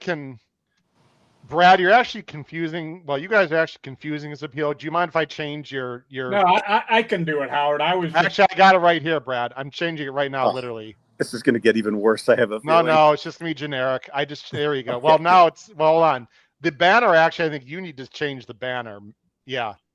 Hold on. Oh, I can take that off. Sorry. I got it, Brad. We're good now. All right, there we go.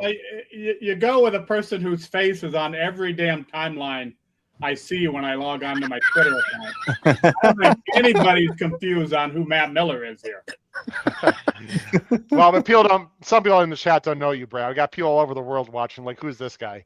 Again, Howard Kravets, Andrew Rdesinski, Brad Anderson, Matt Miller. We're live here, HHH Racing Podcast, with audio of Saratoga and live reaction, which is the best part about this show, and live betting advice. We also are going to talk about Churchill and Woodbine a little bit as well. Guys, I don't want to be selfish because I don't want to bring people down. I don't mind losing. It's a tough game. But when you get trips that are completely opposite of what you think would happen, Matt, and you know how much I study these races, Antiquarian's never been this close to the lead at all, and I just don't understand what Johnny V was doing. I just don't get it. It's like going to the movie theater, not getting popcorn for a change. You buy a nice thing of candy, you open it up, and half of the thing is air. The half of the box is air, and you're like, gosh, this is just not at all this is not what I was expecting. I bought this for volume, not for quality. Well, look, in the case of Antiquarian, it feels like a ripoff. You thought you were buying a certain trip. You thought you were buying a certain way of doing this, and it's their right to run it how they want, and there's all sorts of variables that change things, but it doesn't feel great when you didn't really get the benefit of your bargain. And, you felt it from the second they left the gate that, this is not what I signed up for, and they don't owe you anything, but at the same time, it just kind of stinks that you didn't get the ride you wanted, and it's easier to accept it when it's bad racing luck or getting stuck in the gate. It's a little worse when it feels strategic and poorly strategic. Well, I was fine. We're going to move on, guys. I was fine at the first 3 or 4 seconds. It was the rush up in between going into the turn, into the bend, that made no sense when there was no one who was inside Brad. If Johnny V took back, he would have sat on the rail behind Nisos and then followed Nisos into the stretch. That's what I thought was going to happen in my brain. Look, whatever. It sometimes just doesn't work out. I don't know what else to say. Yeah, I mean, we're talking about Johnny. Johnny, I mean, he's ridden this horse, 2 of the last 3 races. He's 2 for 2 on this horse in the last 2 times he's ridden him. So he knows the quality he has underneath him. I just think he was surprised that he ended up on the lead, and then he said, "Okay, I'm going to go." I guess maybe the horse just put him there, Brad, but it felt like Johnny V was asking a little bit. And we're gonna move on, guys, after this thought. But Lou, I appreciate your opinion. Thanks for joining the show, Lou. He said even if he takes back, he never beats the winner. Agreed. You can agree or disagree, but we don't know. We have no idea. To me, I'm not gonna say it's a silly comment, Lou, but if Antiquarian takes back and then makes a big run like he usually does, we have no idea, guys. So you can agree with Lou, but there's no proof of that. We have no idea really what would happen. No, the best proof of it is just what Nisos did and how hard it would be for anyone else to do it. It's tough to picture. I think his comment is fair in that respect, that it's tough to picture someone else doing that, but you're right. We don't know. Can it be fair to say that he would have gotten second over Knightsbridge? Oh, yeah, absolutely. I think that would have been fine with me, selfishly. Absolutely. I think that was if they run that race back, absolutely, that's a very very realistic possibility. All right. Where do you go next with Nisos, Andrew? I mean, look, he ran 1 mile and 1/8 in Saudi. He ran, I should bring up his PPs here real quick. Let's do that. Let me bring up the PPs in Nisos. He's gone 1 mile and 1/8 is as far as he's ever gone. And that was against Forever Young. I mean, do you point him to the Breeders' Cup Classic, Andrew, later in the year? I don't know about Classic, but definitely Breeders' Cup, Dirt Mile or something along those lines. I wouldn't be surprised if Bob, decide to go and say, let's just take it to the biggest race of the year and see if anybody can beat us. I don't see anybody running that type of race yet at the Breeders' Cup Classic level. I think this one's probably got a good enough numbers to be in that spot. It's just all about distance. So we'll see. This horse is a really good horse, though. I think this one's one of the best horses in training right now. The thing is, Brad, he's already won the Breeders' Cup Dirt Mile. Like, Baffert doesn't care about that race. He's already run it once. I have a feeling, guys, they're going to try to – first of all, I have no intel, but I bet this is his last year running. And my guess, Matt and Brad, is they're going to try to stretch him out and go to the Breeders' Cup Classic. Where else – I mean, what else is he going to – does he have to accomplish? He's not going to go to the sprint. He already won the Dirt Mile. Yeah. I think they're going to try to stretch him out, personally. Yeah. That's what I would – go ahead, Brad. Well, my point is he's never run farther than 8.5 furlongs. So, I mean, if you're going to run him in the Classic, you better get him started on stretching out. There's a lot of money to win in the purse prize if you go win the Dirt Mile again. Would you rather go the Dirt Mile and make that purse or knock heads with some of the best older dirt races? You got Forever Young looming out there. You got potentially, some of the 3-year-olds that continue to improve. I go to the Dirt Mile. Okay. Myself. Except the Dirt Mile is not really a stallion-making kind of race, Brad, and the Classic is number one. And by the way, I just want to correct you, Brad. He has gone 9 furlongs. The Saudi Cup was 9. But he hasn't run the Classic distance. Correct. He absolutely has not. It's going to be interesting to see. Brad, great points. Go ahead, Matt. I think this is one of those decisions that's outside of the hands of those involved in racing, and it's more of a breeding type of decision. We haven't Pacific Good Classic point, first. Sam. I love that. And that's 1.25 miles, Brad, the Pacific Classic, and the West Coast horses are just not that good. I think that is a very logical, smart move, idea. Sam. Good call, Sam. Go ahead, Brad. And if that goes well, the Classic is realistic, and if not, maybe they say, okay, this is a little bit like the Cody's Wish story of trying to stretch out. It didn't work out, so you come back to what you're incredible at. I think the point on the Pacific Classic is a great. Give it a shot. Yeah. Right. I would agree. I think and he's not going to face much there. Guys, one more question, and then where are we with? We could show the Woodbine race if we go to it now. Okay, let me do that then. As I believe they are, they're in process of loading right now. All right, let's show the Woodbine race right now. This is race 11. Race 10 at Woodbine. Outside gate, Rose Fortune. The last two walk forward. All right, Rose Fortune. We'll get that in fast. There you go. Yeah, it's through years of studying and research. Sometimes all it takes is the nameplate, you know. They're set to run. They're all in and locked up. Good point, Kenny. Off they race. I agree, Kenny. Was Daddy's the boss. Rose Fortune won the break from Few. Coming through nicely is Angel's Prospect to go to second spot. On the inside, Lola. A length behind them, Deanna Catherine's Cub. And on the inside, Call Me KK. Well behind them is Frack's CEO, Crumlin Fashion. And last of all is Daddy's the boss. Running to the front, Angel's Prospect on the inside. About 3/4. Rose Fortune settling well. In third, Little Lola. Catherine's Cub coming alive, is moving forward swiftly. On the outside is Few. Back on the rail is Deanna. They come out by 2 to Call Me KK. On the outside, Frack's CEO. Second last, Crumlin Fashion. And last, Daddy's the boss. Racing down to the 5/16 in front is still Angel's Prospect. On the outside, coming forward is Rose Fortune. 2 lengths away, Little Lola, Catherine's Cub. Turning and Rose Fortune breathing down the neck of this leader.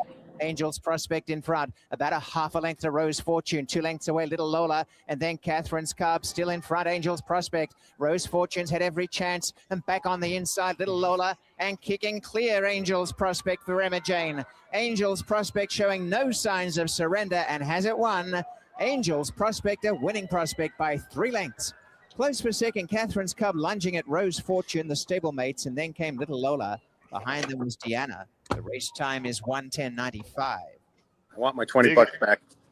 Big upset, 21-1. Woo, big upset right there at Woodbine. All right, I'm currently, let's see here, just getting some information from...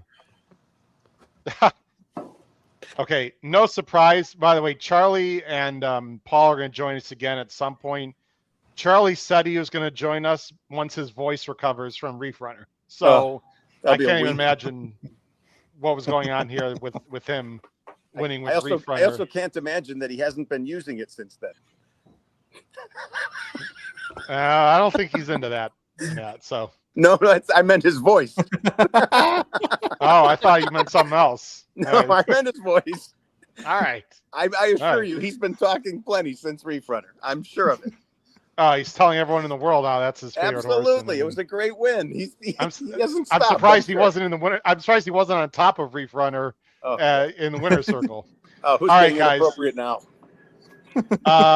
Let's see here. We've got where are we? Churchill. We've got 4:53. We have a race coming up at Churchill, I believe, and then we can go back to Saratoga. Race 9 at Churchill, guys. How much time do we have for that? It's race 11 at Churchill. 7 minutes. Race 11 at Churchill. Okay. Let me see what we got going on there, guys. See if it's something worth looking at. Okay. Is this the last race at Churchill today? It is. It is. Matt, does this have anything for you to do in the contest? Indeed, yes. I am in. All right, let's talk about it. I was kind of hoping not to. I'm in fourth place. I'm in a really tough spot and really unsure of what to do. Do you not want me to show the leaderboard, by the way? No, it's okay. It's okay. I'm just admitting that there's days that I don't know what the heck to do either, and this is definitely one of them. $200 contest, $100 bankroll. I'm up to 477. One entry's dead, and one is at 477 in fourth. And it's funny, you know, I'm on an iPad sitting outside to save some bandwidth for Brad in the basement. But you all tell me what you think. I'm sitting here in fourth. I'm a few bucks behind the guy in third. I've got a little bit of a lead on our friend Neil Thornberry and our friend Chris Couples. That answers that. These two are firing, so I got to go do something here. Okay. But I'm not going to be doing something crazy. I can tell you right now, and Neil and Chris, you're both probably listening. That's fine. I will be betting an amount of money that will not send me behind Neil. So probably somewhere in the range of 30 or 40 bucks, something like that, hoping to pass at a minimum Michael, maybe Matthew Gray. And so I'm trying to play this positionally. So yeah, that's I'll take I'll take opinions on bet amounts. I'll take opinions on horses. Have you guys handicapped this one? What do you think? All right. Well, not that Matt needs any help in contest play, but maybe in handicapping play. Let's say look at it. You got a starter allowance. We got a few minutes. We got a starter allowance. Everyone at home, help us out here. Starter allowance 50K. 3 old fillies. It's a pretty small field, right? There's 1, 2, 3 scratches, so it's a field of 7. All right. Let's look at I'll help you. I'll speed handicap and do it for you. 10 is loose, perhaps, with the 9 is the closer. All right. We've got Jabos second off the layoff from the inside at 5-2. Wrong Shoes is even money right now. Ran a nice race in the Belmont. That was in the slop, and other than that, that was in the muddy. Other than that, it's just, I don't know, a little meh to me personally. Bet the Gray, who should be owned by someone we won't say who, but is not.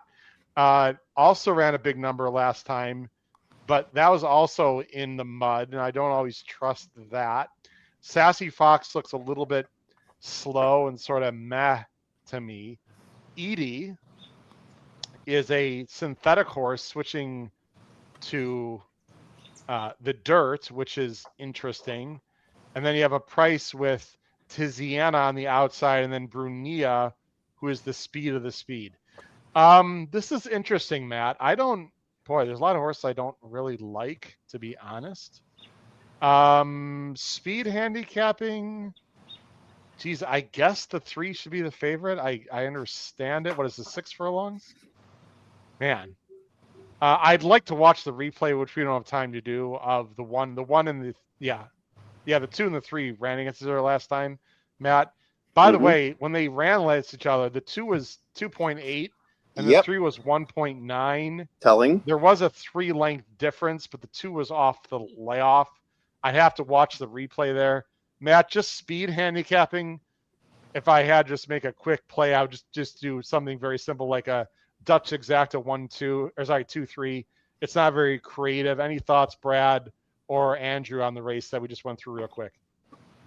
Yeah, so the 3 is actually, I believe, a horse that we were on stream for on a Weekend Warriors horse where you were hating the jockey and you said that you don't understand why the jockey was riding for John Ortiz, and now you get Axel Concepcion instead. So I think the 3 definitely could improve off of that. Oh, that's right. We watched that race together, didn't we, that day? Yeah, and I don't think it was necessarily a jockey that lost him the race, but definitely did not help the horse win the race. Yeah.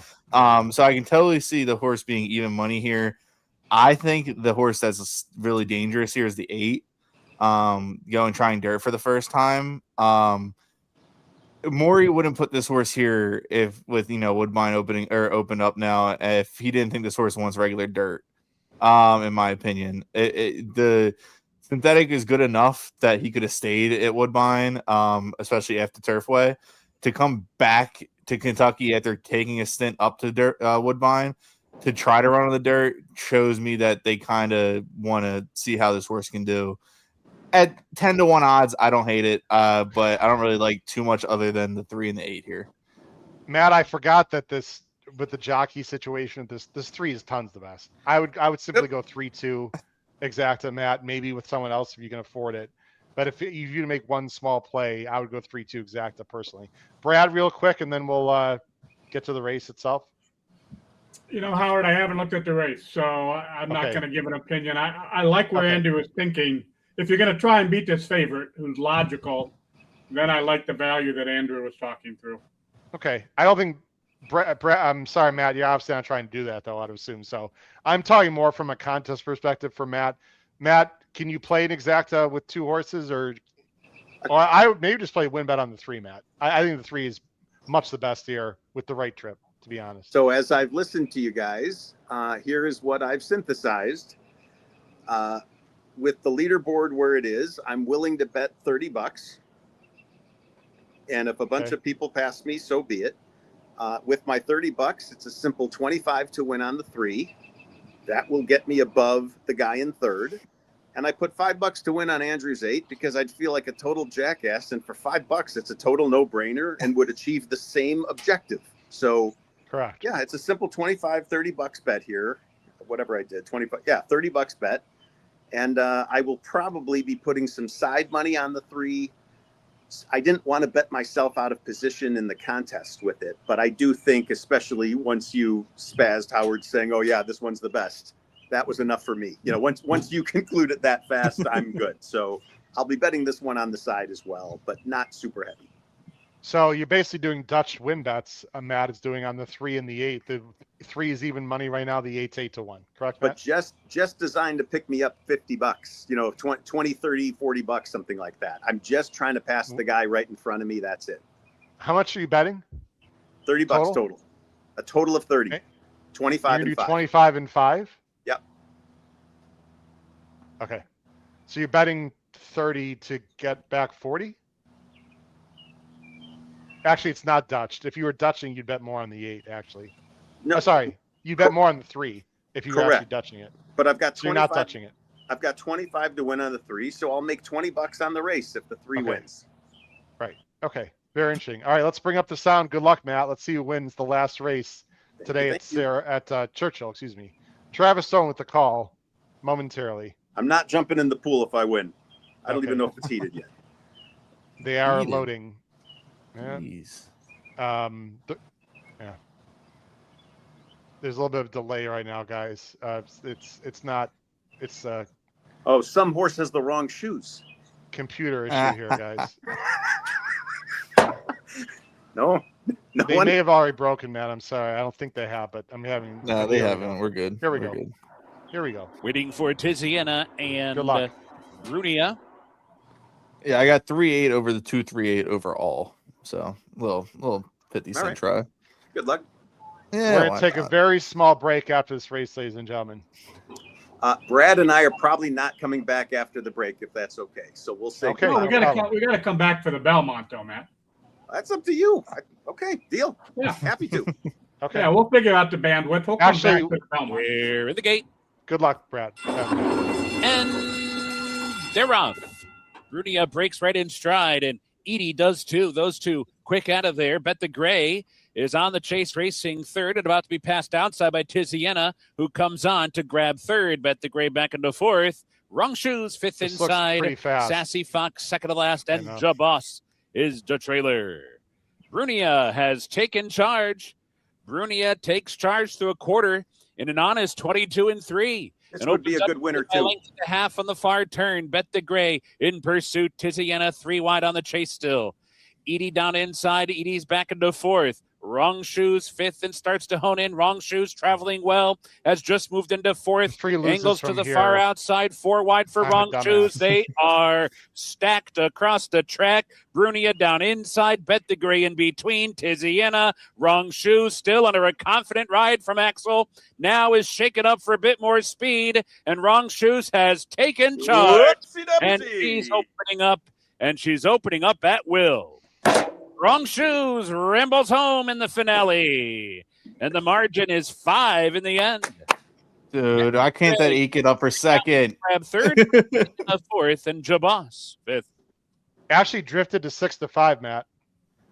So I put a, not in dollars, in magnitude, I put a medium win bet on that horse. So I'm already thrilled.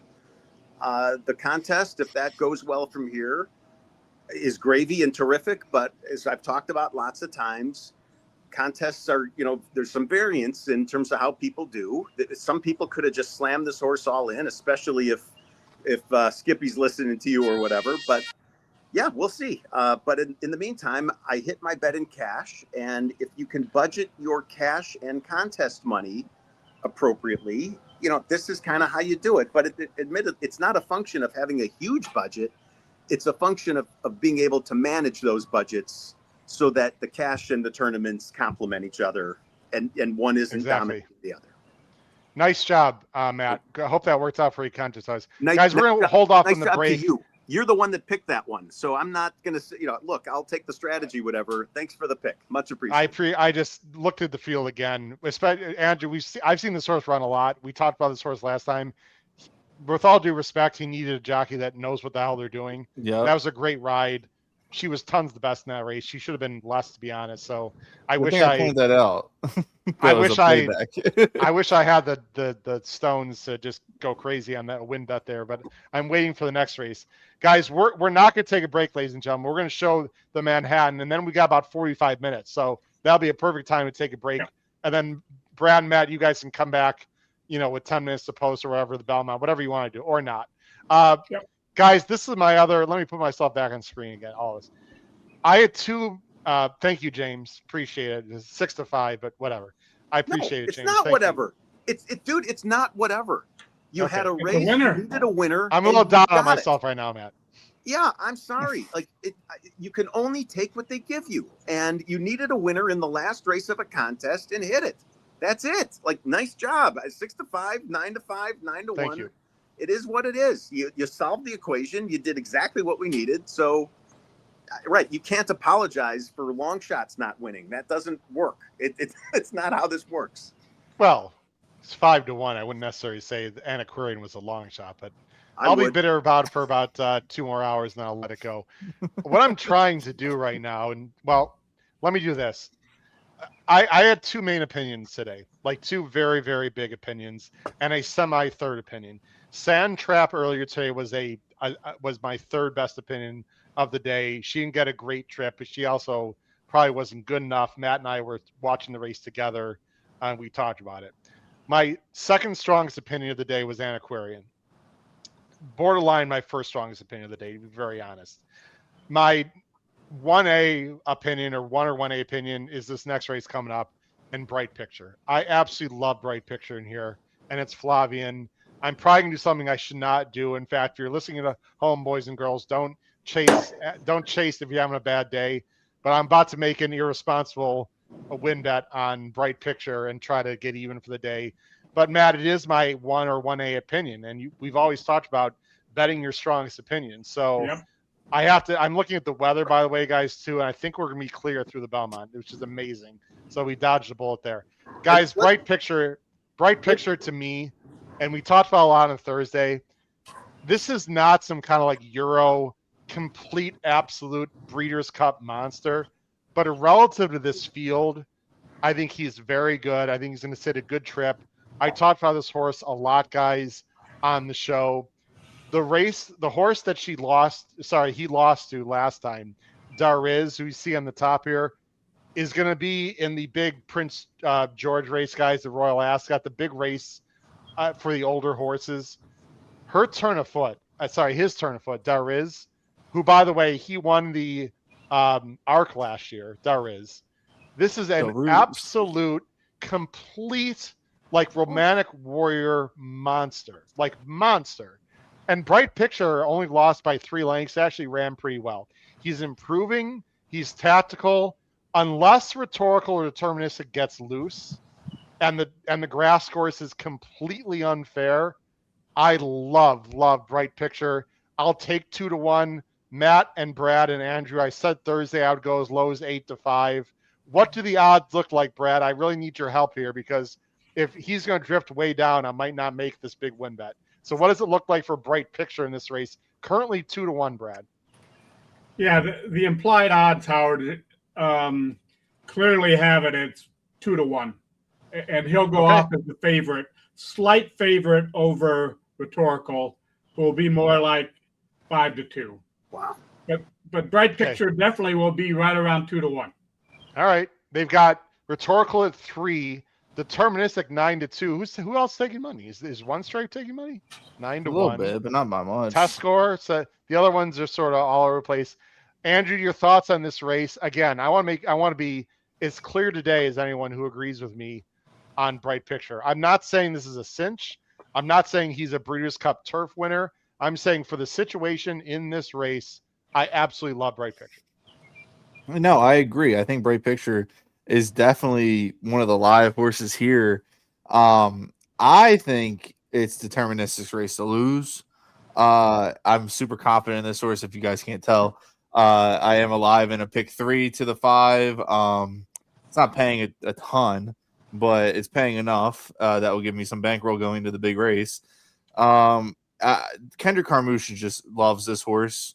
The horse responds to deterministic more than any other jockey, in my opinion. I think Miguel has this horse in good form right now, and that Fort Marcy Marcy, the horse should get a similar trip to that. If this horse can get to the front, and there's not a ton of speed. I mean, Rhetorical's fast, but can Rhetorical really duplicate that last effort? We don't know. And I think that if you're going to need a little bit of a price here out of the top 3 choices, Deterministic's the horse to go to. Matt, did you see on the bottom of the screen from Noah? Noah apparently is alive to something very nice to One Stripe. He does not like Rhetorical. He's trying to figure out how to maybe bet an exacta, how much.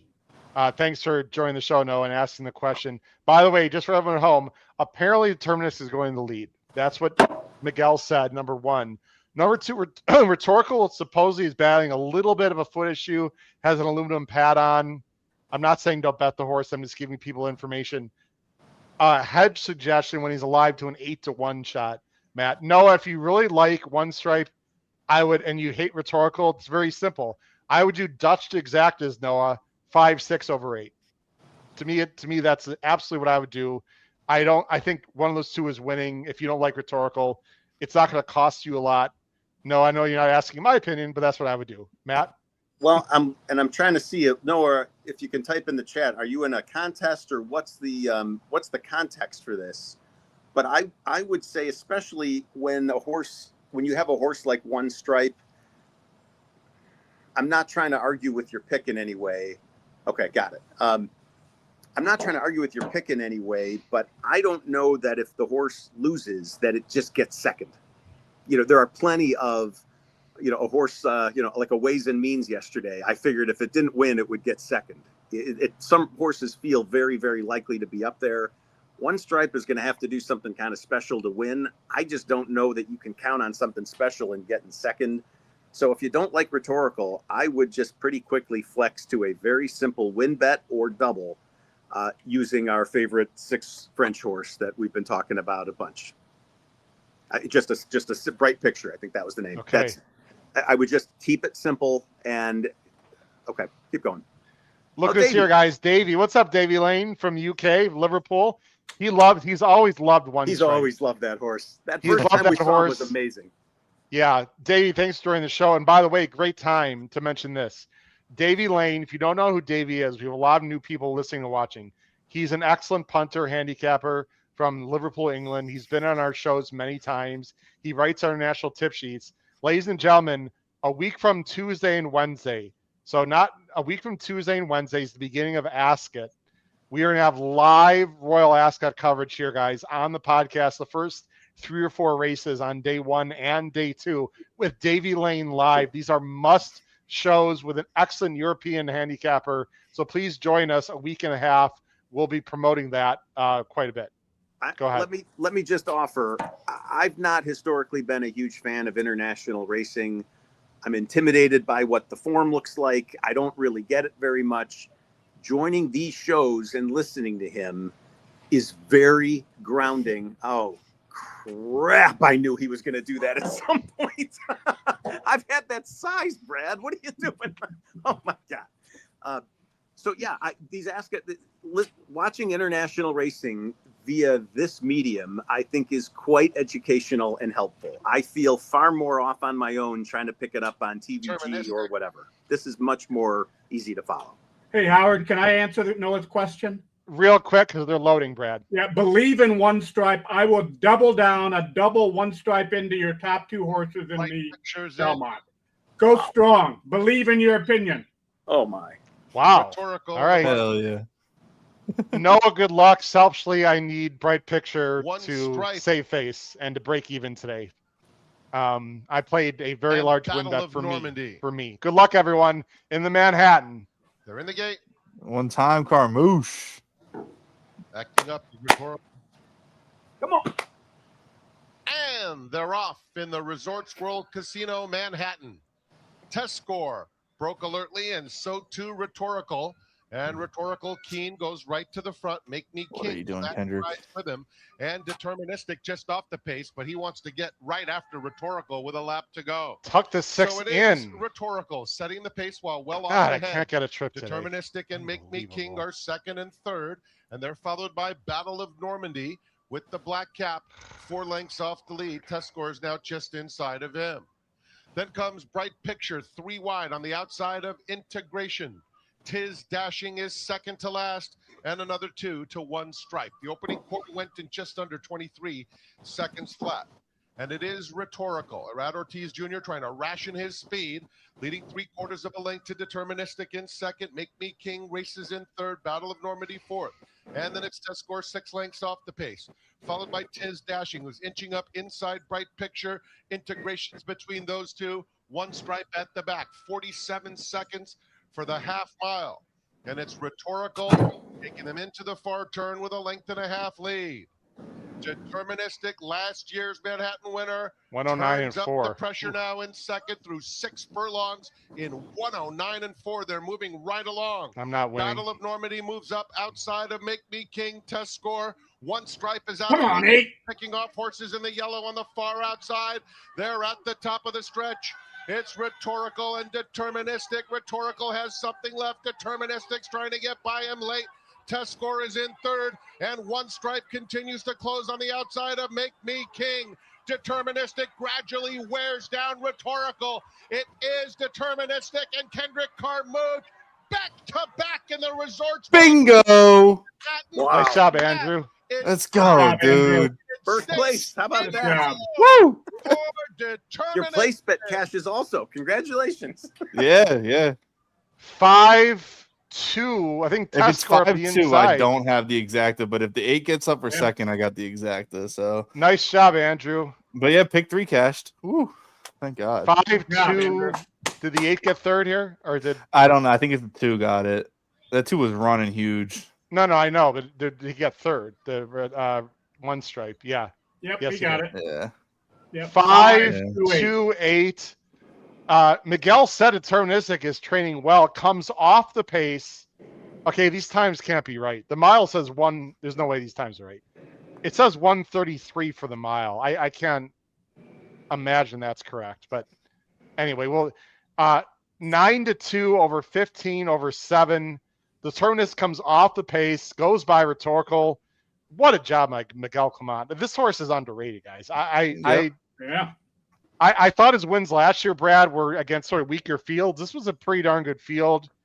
Test score ran a big race, but it felt like to me test score and 1 stripe sort of more clunked up rather than like making major closes. With Kendrick pointing to the crowd, this is what a nice win for Deterministic and Miguel Clement. Unbelievable. And for you, Andrew. Great job. Kendrick's Andrew. 5 for 5 on this horse in the last 5 starts now, by the way. I'm just saying, when Kendrick gets to know a horse, I mean, he's one of the best that does it, you know. So happy to see a good friend of mine win a big race like this. So it good to see it, you know. And it sucks that Noah couldn't get the 8 home, but that 8 did run pretty big into a pace that wasn't really easy to run into. So I'm just glad Kendrick got the jump. Honest, I think. I agree. Yeah. I mean, first off, Andrew, congrats. But I thought both the motion horses ran really well, given it really wasn't that quick of a pace. I mean, both test score and 1 stripe, I thought were closing very good. So too bad, Noah. But you wouldn't have hit your hedge exacta, and right.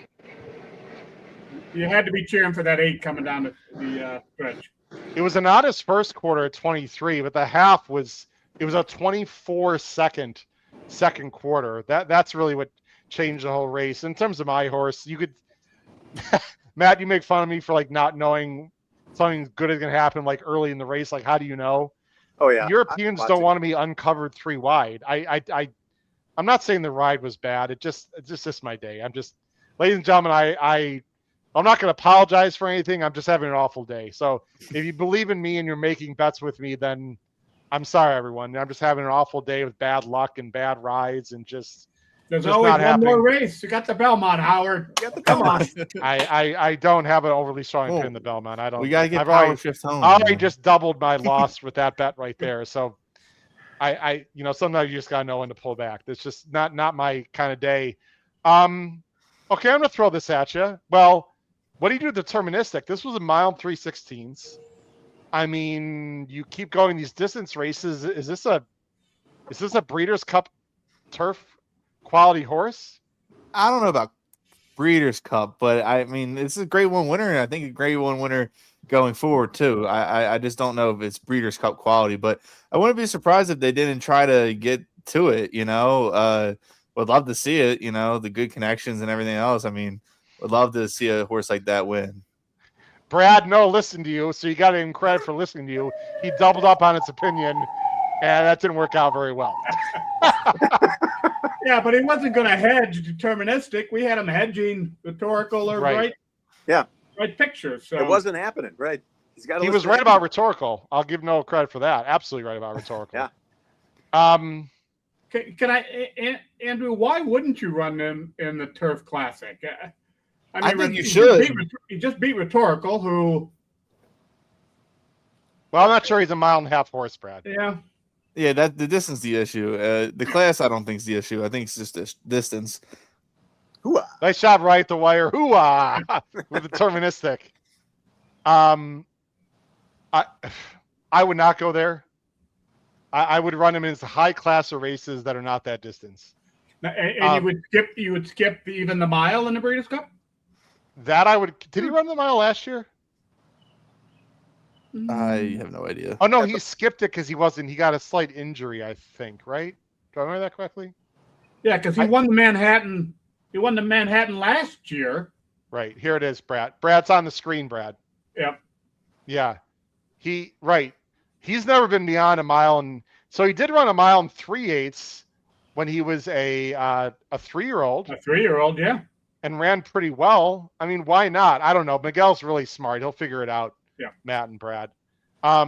He's not being the best Euros. Gosh, that's just 2 horses in a row that just got either awful rides or bad trips. It's really nothing's going to change. Can we go back to your one point? He's not beating the best Euros, but how about the best U.S. horses? I mean, he's got to be up. Well, I don't think he's going to be Bourbon Square. He's not beating Bourbon Square, is he? Yeah, no, he's not. No. I'm just trying to think of the other turf horses. Burnham Square, clearly. It's not very strong. By the way, Kenny, I really do appreciate the comment from Kenny. You know, you apologize, Howard. This is your show. It is. We're having fun because you set it up. Well, thanks, Kenny. We all pick more losers than winners. Appreciate you digging up prices on the reg. Thank you, Kenny. That makes me feel better. It's Howard's world, and we're just living in it. I'm very hard on myself. I've been really successful on these shows, Matt. The tip sheet speaks for itself. I have no, like I said, I can lose. I'm a big boy. I hate doing on big days though, Matt. Like you plan for this, you wait for this, and then you just get shit on. Sorry for the language, but it's just I'm just frustrated. But I'm not gonna let it ruin the show at all. So congratulations to Andrew and everyone who had that horse. Yeah, look, it's a 365-day year, and I'm not even sure it's fair to break this up into year. Oh gosh, Howard, I'll be right. give me a minute. Go ahead. It's a long-term game, and what you do on a day-by-day or week-by-week basis, it just doesn't matter that much. I mean, it's a long-term game, and so yeah, it's nice to get out on the day here. It's just well, if we want to pass the losses, we could always go turn on the Woodbine race for the last race of the day. Just to kill some time. Right, the wire, who just won with deterministic, so he's feeling great about himself. How can you not consider deterministic as a BC horse when he's won 5 stakes in a row? This one at the longest, and okay, the course record thing. This track is ridiculous right now. That's the least of the impressive things, right? The wire, the 5 in a row, and you know what I love about this horse too, guys. You know, it reminds me of a little bit. I'm going to make a little comp. Andrew may not know this horse. I think Brad will know this horse, maybe Matt. Remember the really fast, speedy turf horse that went to the lead, Precious Passion? Ran a lot at on the East Coast. No. Or can I give you another one? Little Mike. Yeah. I've heard of Little Mike. Yeah. he's got a little bit. I don't think he's that good, but doesn't he have a little like Precious Passion, Little Mike kind of feel to him? He doesn't need the lead, but he's very tactical and he's underrated. I think Little Mike is a good comp. No, five races in a row where he pays 9-2 in this one is the definition of underrated. Right. He's still paying 9-2, and he's won 5 in a row. Yeah, I mean, they're all good buyers too. I mean, they're all above at least 97 buyers. So it's like, I mean, he's been running this race the last 5 times and been winning. So, like you said, 9-2 just shows that people are still not on the wave yet. Yeah. The other thing I'm going to say, 4-1, 5-1. I mean, he wins at odds. It's not just 0.7 to 1. He's actually winning at prices because he's in really competitive races. So, good stuff. The other thing we're going to say, then we are going to take a break, folks, and come back and talk about the Belmont. I know Miguel Clement very well. We're not like best buddies, but I know him. He trains some horses for me. I've met him many, many times.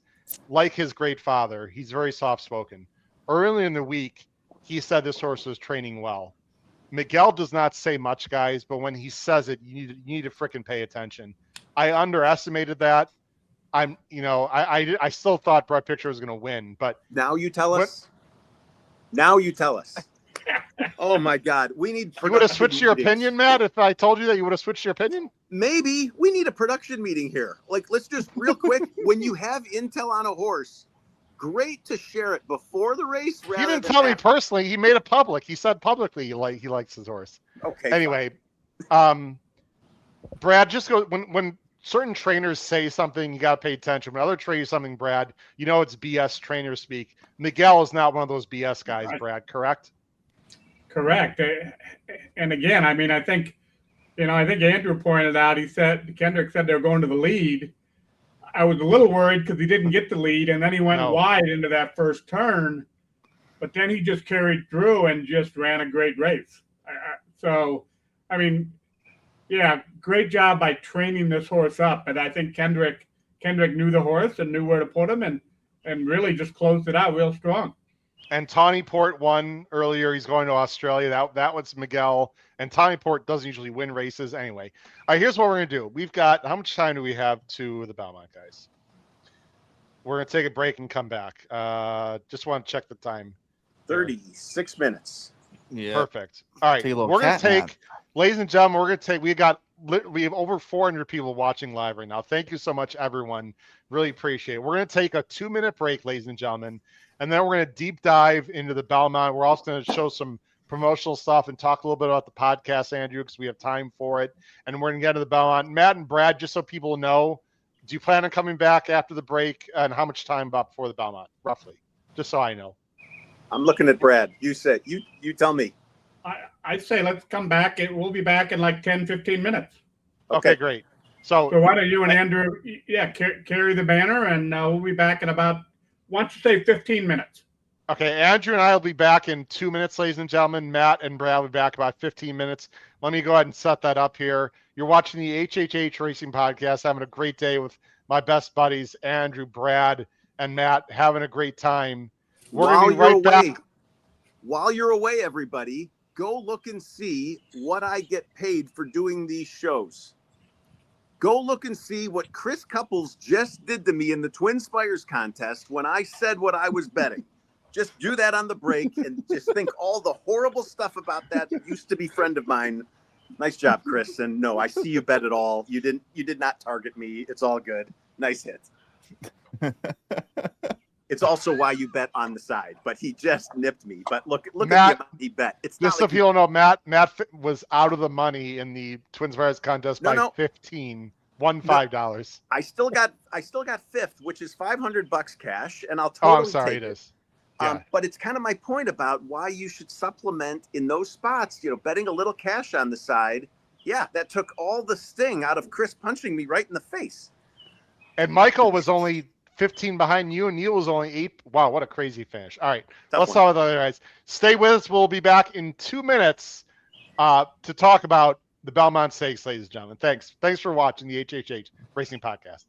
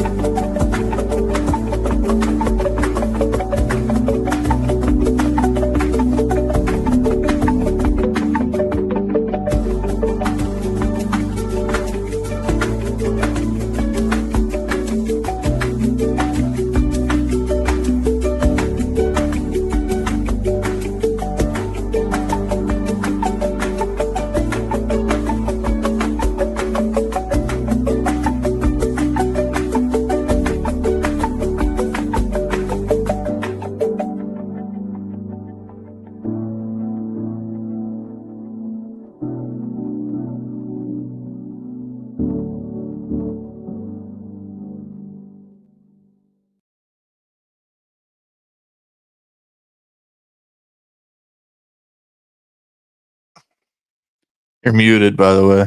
We are back. Howard Kravets, Andrew Rdesinski, Weekend Warriors, episode 38. It is time, ladies and gentlemen, for the Belmont Stakes. Brad Anderson and Matt Miller will be joining us in approximately 10 minutes. Hope you guys are having a great day. We are so proud to bring you coverage, audio and video of this incredible day of racing. A few quick tidbits before we get into the Belmont. First of all, please, you can listen to us at Apple Podcasts, Spotify, and Anchor. I know we have a lot of new people listening to the show. We have several live shows during the week, 5 to 6 shows we have during the week at night on YouTube. You can also listen to the replays on Apple Podcasts, Spotify, and Anchor. So please check it out. We've got a great YouTube channel as well. Please follow us on X at HHH Racing Pod. If you are on X, we're a really good follow. I give a lot of great information. We have a lot of fun. We've got an excellent tip sheet. Look below the video player for tip sheet information. It's in the description. All you have to do is to go to patreon.com/HHH Racing Podcast. They're very inexpensive. They're very profitable. Admittedly, today I'm not having a great day. Anyone that subscribes to the tip sheets knows how profitable it can be. And we have special Del Mar and Saratoga tip sheets that will be on sale at our website, Andrew, hhhracingpodcast.com. Watch our shows, look for posts on X, but that'll be coming out in approximately 2 weeks, where you can purchase Friday, Saturday, Sunday cards for the whole meet of Saratoga and Del Mar at a very, very affordable price. We also have clocker reports and PPs that are available through our good friends at DRF. Go to dailyracingforum.com, drf.com, and check out information, especially with 2-year-old races coming up. Last thing, I just want to recognize our sponsors, not only DRF, which is sort of more of a handshake sponsorship. It's really not a financial sponsorship, but we have great sponsorship with the Adelphi Racing Club, which I'm trying to find that promotion, which right now I can't find for some reason. Okay. Anyway, Adelphi Racing Club, Mac Utera, please look into the Adelphi Racing Club. It's adelphiracing.com. Fantastic organization. Here it is. It's on the top of the screen. I have horses that I have small ownership pieces with them.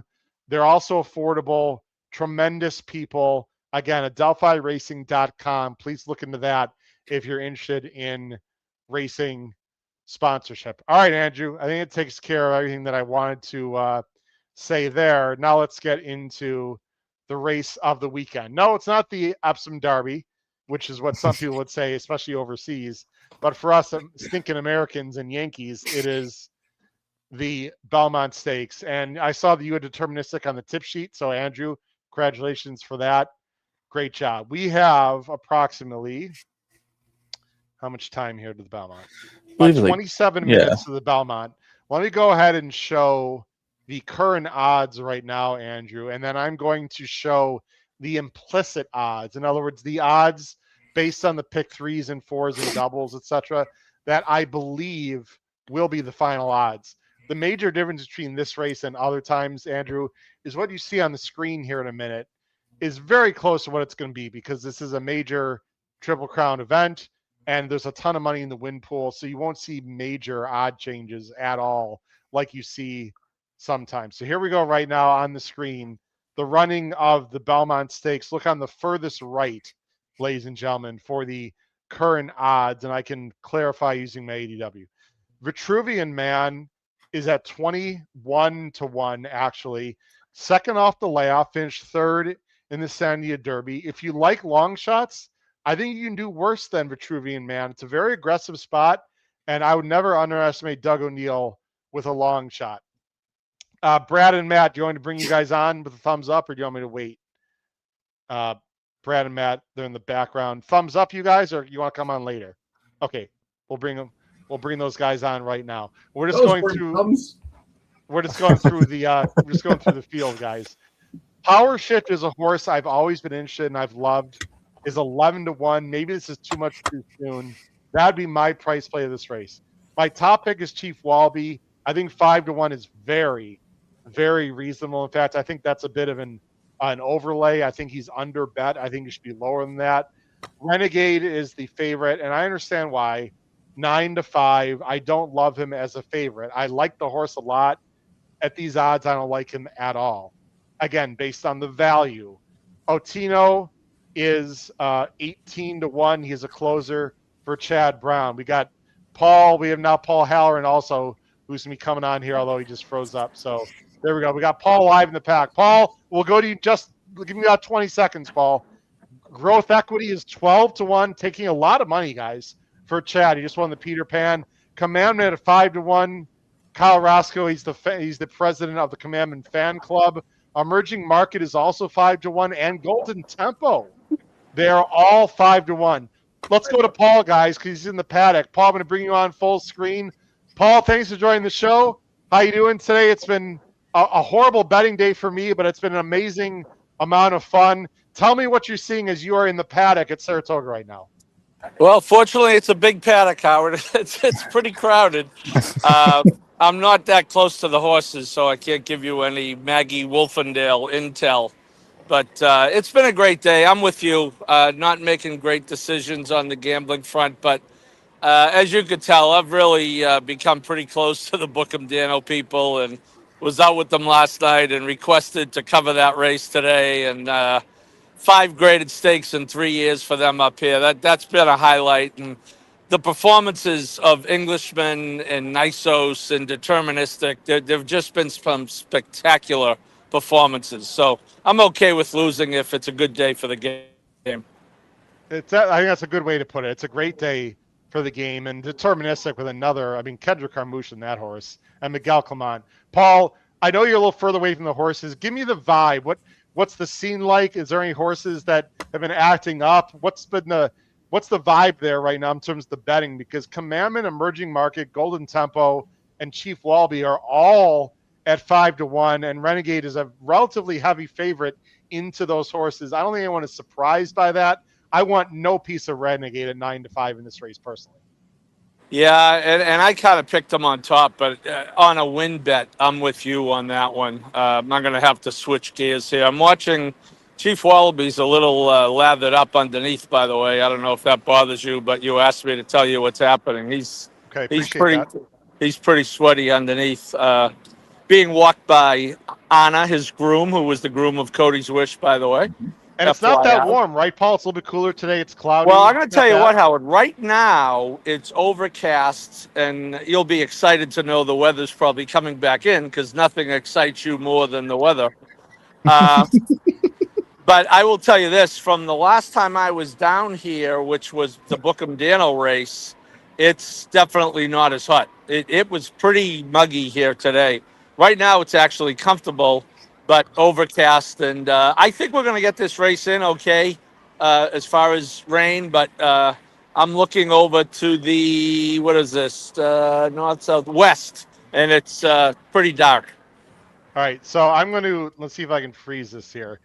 So I am showing, I don't know if everyone can see this at home. Oh, my God. You want to watch Wallaby being saddled, Howard? Well, so everyone sees that, right? That is not, yeah, let's see Wallaby saddled. That's not a horse. That is not live, guys.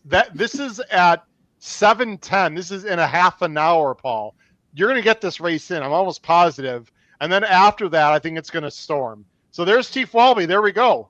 You said he's got a little kidney sweat there. Let me go full screen, Paul. A little bit. Kidney sweat, Paul? Underneath, yeah, nothing too bad, but there you go. Don't we all? All right. He's been training very well, Paul. The vibe that I get from Mott, and just generally speaking, is he might be a little more forward like he was in the Derby, but this time I think that actually might work well for him. I talked to Junior extensively about that yesterday, Howard, and I think you're right. That's what I thought. I think it's because of the race flow, and we know that our friend Junior doesn't get in the way of a horse who wants to go forward, who may not typically go forward. So as he said to me, he said, I'm not going to force him forward. He said, but if he wants to go, I'm not going to get in his way either.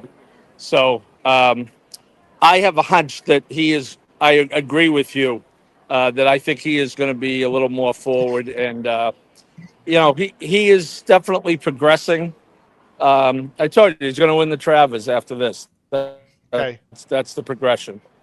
Paul, one more question, then we'll let you go unless you have more time. We appreciate it. I know you've been very keen on emerging market through his entire career. I think ideally he sits also off of power shift and or growth equity and gets that same kind of trip that he got in the Louisiana Derby, where he was clear and wide and less trouble than in the Derby. I guess my main question is, can he handle a mile and a quarter, and is he talented enough? But he should get the right trip in this race in theory. I agree with everything you said. And, the more I think of it, I played him. He was one of my main guys in the Derby, so I kind of have to come back with him here. Third start in the Derby, you have to think that he's going to progress off that. He should almost certainly get a better trip in this race. And he's another one who I think is going to be a little more forward than people expect. Last question, Paul. The Derby champ, I don't want to give him short shrift. These Derby champs are always over bet. We talked about this Thursday. Here's the Derby champ coming by right now. Ready? Oh, look at this, guys. Live on the HHH Racing Podcast. There he is. Golden Tempo. Looking good. Thanks, Paul. Great job. You just using your phone there, Paul? That's nice job there. Just my phone. I left the iPad in the press box. Golden Tempo is 5-1. Paul, let's just face it, okay? We love Cherie, blah, blah, blah. Derby horses are over bet. 5-1 is way over bet to me. I'm sorry. I agree. And much lower than that if you're talking about, verticals, right? Because it's a type of horse that does look good. Also a little warm underneath, by the way. So Okay. I will say it was hot up here today. There's no doubt about that. It was very hot. Vibe had to be pulled up in the Met Mile and had to be hosed down. He didn't make it to the finish line. He was fine. The other day there was a horse in the 2-mile race that collapsed on the track because of the heat. Unfortunately, they got back. So, it's been pretty warm this week. Hey, Paul. Any quick questions for Paul, guys, before we go? Brad, Paul, you're looking good, buddy. Thank you, Brad. Matt's looking a little lathered up as well. Matt's looking a little lathered up and hot. Well, it's probably hot there too, Brad. I was thinking maybe because Brad is sitting next to him, Paul, but we don't really want to get into that. Any other quick questions for Paul, guys? He's in the pack. We'll let him go. Andrew, Matt, you want to ask? How does Power Shift look? Any updates on that horse? All right, Andrew, you got me on a mission here. Hold on. What's he, the 2? The 2. Yeah. I see the 1 and 3. I assume there's a 2. There is. Right, Hold on, so. Andrew. Andrew asks, and where the hell is Power Shift? All right. He's already at the winner's circle. That's why. We need an equine Amber Alert for Power Shift. Oh, this is really funny. They must have taken him somewhere else. Stay tuned. Yeah, they're just taking his picture already. The race is over. Literally, Andrew, the only horse that I don't see. No, Okay, that's interesting. it's unbelievable. I don't know where he is. I'm I've assuming lost he's gonna have Power to- Shift. Paul, I'm assuming he's going to have the lead. How far do you think he can take this field, assuming he goes to the lead? Speed is playing very well all weekend, obviously. Well, we talked about it the other night. I think he could be dangerous. Now, the main track I don't think has the profile today as it had earlier in the week. Jockeys are just coming in to meet the connections, by the way.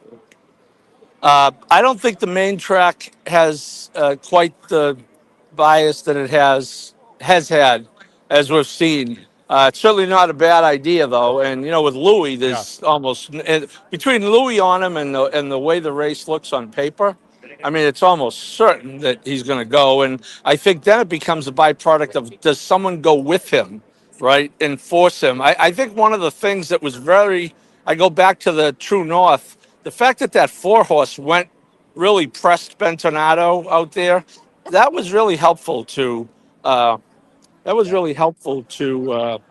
you get a look at Cherie DeVoe right behind me there. You want to walk over and ask her how she feels? Paul, do you have the guts to do that?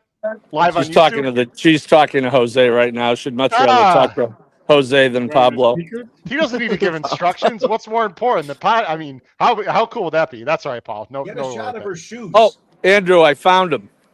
Oh, there we go. Ready? He's gonna be. Hold on. He's gonna be a little bit in the distance. Ready? Look at this coverage by Paul Halloran. Paul Halloran, ladies and gentlemen. There he is. Doesn't Oh, look there too you are. sweaty. There we go. Looks Okay. like he has a lot of the assistants around that horse. That's a good sign. Yep. There he comes. Yep. Nice, Paul. Just hold the shot right up. Hold the shot There right he there, is. Paul. There we go. There Yep. we go. There we go. Okay. He's looking Yeah, good. Looks Looking good. confident. All right. Looks calm. Yeah. Hey, looks Paul, good. we're going to let you go. Good. Is there a wellness check Neil. on Charlie after Reef Runner 1? Is Charlie okay, Paul? I don't know. You know what? I haven't seen him. I haven't heard from him. All I know, boy. he said he lost his voice. So I don't know. I hope he scored big there. That horse ran huge. All right. Hey, Paul. Right, Howard. Paul, thanks a lot, Paul. Can you join us talk to you. afterwards or no? After the race or no? I minute? have to finish writing the True North after this race. Don't worry about it. Don't worry about it. Paul, we love you. Thanks for the coverage. Take care. Enjoy the Yeah. race. Bye-bye. All right, Paul Halloran, guys. How awesome. Whoops, sorry. We got to sit real close now. That's all right. I was going to tell Paul, just follow the jockey on the 2 to the horse. Yeah, right. Just follow Luis Follow Saez him to the around. horse. He knows where it is. I want to say this. We've got time, guys. In all seriousness, this is what separates our show, this podcast, from anything else on YouTube. We have people at these tracks on big days that are giving insight that you cannot get only on network TV. Is the only place. So if you're a fan of YouTube or you enjoy something a little more entertaining and a little looser and fancy free and etc., less commercials and great intel, that's amazing intel from Paul, who's there. I wouldn't have known there's kidney sweat on Chief for some of these other horses. Mhm. And Paul, of course, is a journalist, everyone. So check out his articles on thisishorseracing.com. He also just wrote an incredible book for people who don't know Paul about Cody's Wish and the Dorman family, called Cody's Wish, a boy, a racehorse at a fight for life. Please check out his book as well. Matt also, by the way, has written a book. Don't want to give him short shrift, but that was a few years ago now, incredibly. Guys, this show wouldn't be the same without Paul. I don't want to get sentimental, but just unbelievable job he does. And we've all, Andrew, have you met Paul? I don't think you have you yet? No, we haven't right. ran into each other at parks yet for PA Okay. Derby Day, but it's Maybe going to this happen year. this year. All right, let's go back to the field, guys. First of all, let me show the pace projector, courtesy of DRF. Brad, I want you to go first. Now, this is obviously based on metrics, so I'm not going to ask you if you agree or disagree with this, but in seeing this, if it's a relatively moderate pace, who do you think will be the benefit of the pace situation, and who is going to have to really be up against it based on the pace situation? I would say those horses that are right behind the pace. So, Chief Wallaby, I think Commandment, and even emerging markets, I think are going to benefit the most, in my opinion, if it's just an average pace. Okay, I agree. I think for me, guys, there's one horse that I've never known what to do with in this race and in the Derby. I know a lot of people really like Commandment, Andrew. He did not get a great trip by Saez. He was way too aggressive. I know Johnny V was ultra aggressive with Antiquarian, and just the way that it's such a yin-yang game and the way betting goes, I have a feeling Commandment's going to get a great trip and run a massive race. What's your feelings on Commandment, Andrew? Yeah, no, Commandment's my third choice here. I think the race goes to Rapoli one way or the other. But I don't think you're ever going to get 5-1 on Commandment again in these type of races. Because I feel like if he goes anywhere out of this race, it's going to be probably easier than this field. Unless he just becomes some dominant horse and is running in the Breeders' Cup Classic at the end of the year. But I think this is a good spot for this horse. I think the pace sets up for it well. It's going to be able to get a better trip with Johnny V in the irons. Everything points that this horse should improve off the Kentucky Derby. And, out of you can't really go reflect on what happens in the Kentucky Derby because it's such a fluky race and anything can happen. But this is more this horse's level, I think, and more this horse's kind of flow of a race. And I think that this one's going to be able to return to the form pretty smoothly here, just depends on if anybody else can beat him to the jump. Matt, the more I think about this race, and let me just, well, we got time. We'll go through our top 3 minute. My vibe all along was to have Chief on top over Power Shift, over Renegade, over Commandment. That was my thoughts, 3, 2, 4, 7. I think I want to move up Commandment. Based on the price, and he's done too many good things. The Derby is a weird race.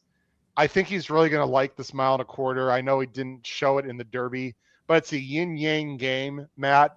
I just feel like, based on the odds, Commandment at 5-1 is a good price. I totally agree. Look, I'm sitting here with the lyrics of Renegade, the song. The jig is up, the news is out, they finally found me, the renegade who had it made. I think the jig is up on Renegade, actually. I just don't see it. I didn't think the trip in the Derby was nearly as bad as others did. I actually think the race set up tremendously well for him. This is one I definitely want Commandment, definitely. And if I lose, I lose. But I don't. In the same way, people are saying that Golden Tempo isn't going to get the same kind of setup. I don't know that Renegade needs the same kind of setup, but he does need more of a setup than some other horses do. And I wouldn't bet on it at that price. Brad, is it possible that the whole vibe all week is that there's not a lot of speed in this race, and then all of a sudden Renegade, Growth Equity, maybe Chief shows more speed, and they actually do go an honest pace, and closers like Renegade and maybe even Golden Tempo are going to be better than people think in this race? I mean, personally, I think Renegade is the horse to beat here. I just think the athletic ability of the horse, the ability to really turn it on, I think he's going to shine more. And nothing against Golden Tempo. I mean, it's a Kentucky Derby horse. He ran a great race.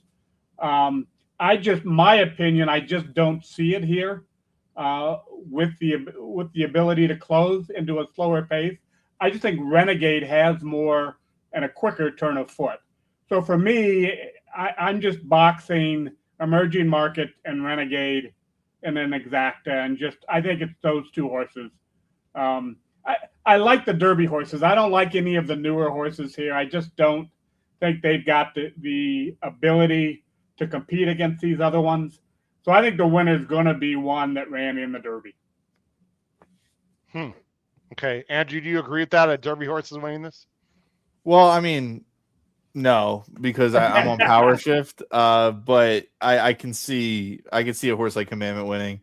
Yeah, and I still am firmly on Power Shift, hopefully getting a aggressive trip from Saez out the gate, and I don't see much other speed in the field. So for as much as Rapoli is getting flack about doing the thing he says that he's against, which is entering a rabbit, I don't really think he thinks this horse is a rabbit. I think this horse is in here for a reason, and he's even, half wittingly saying that on Twitter when people are calling him out on batting him as a rabbit. He's saying, no, this horse is as good as, he's doubling down on it. And to throw a horse like Saez, who was aggressive with Commandment in the Derby, this is a horse you want to be aggressive on. And even yesterday, I believe they interviewed Saez, somebody through Naira, and asked about how the bias was and how he felt. And he seemed to be physically gleaming that the, racetrack was playing towards a horse like Power Shift. And it seems like the day has gone on and front runners are definitely still favorable, but it's just not as strong. So hopefully Power Shift can still trip out. Andrew, I thought the race between Power Shift and Growth Equity was a great race. Yeah. And if you look at the odds, both of them are about the same. I think Power Shift 11-1 and Growth Equity 13-1. I think they're great. They're good horses. Are you talking about Emerging Market? Emerging Market, Brad, is who you're referring to, the maiden race? Yeah, I'm sorry, Andrew. Yeah. Okay. So, I mean, to me, if Power Shift gets to the lead and nobody else goes with him, I think he could hold on. I agree. I think he's going to last a long way. We've got 3 minutes. Everyone put in the chat, who is your top choice? I'm going to stick with my boy, Chief Walby, the number 3. Andrew, top choice in the Belmont Stakes, please. The 2, Power Shift. Power Shift. Matt, who's your top choice? Commandment with the backup Exacta with Renegade. Brad? I'm going to go with Renegade with a backup exacta, Emerging Markets Renegade. Okay. Everyone, please put who you like in the chat. I'm refreshing my computer here on the side, so make sure we're good.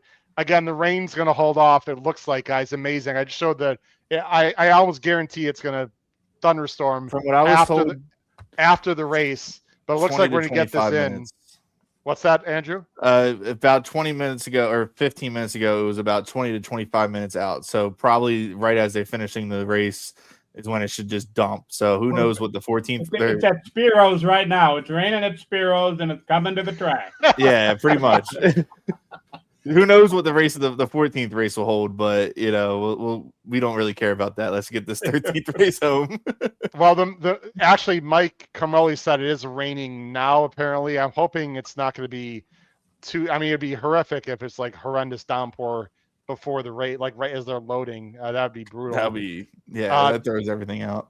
At home, how many people remember Birdstone's Travers? I mean, world famous for being just in a complete horrific thunderstorm like after the race, and Murray Lou was jumping up and down singing under the umbrella after Birdstone won. It looks okay on screen. I don't know if it definitely looks a little darker outside though. Yeah, but the track's not gonna change, guys. It's gonna be fine. It's not gonna affect the track. No, I'm looking at the radar right now. I don't know. I'm not saying it. According to the radar, it's not raining there. So I'll just again here. There it is, ladies and gentlemen. So they're gonna get through it.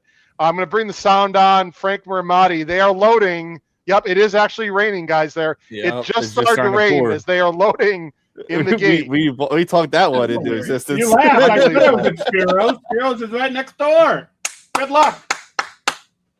All right, Sion, get them out there. Don't look back. In fact, guys, especially with the speed. There was with the 2 rain. minutes to post. I think they're speeding this up, guys, to try to beat the storm, which is a good idea. Just 2 more left to load. Well, the added wetness of the Belmont track. Stakes, right here live on the HHH Racing Podcast.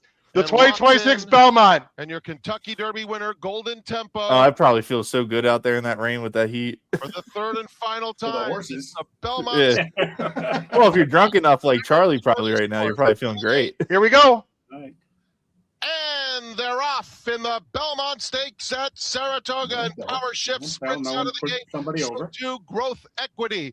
On the inside, Vitruvian Man is in third. Chief Wallaby fourth. Renegade not far behind, 5 lengths off the pace. Emerging Market inches up on the outside of Commandment. Otinho is second to last.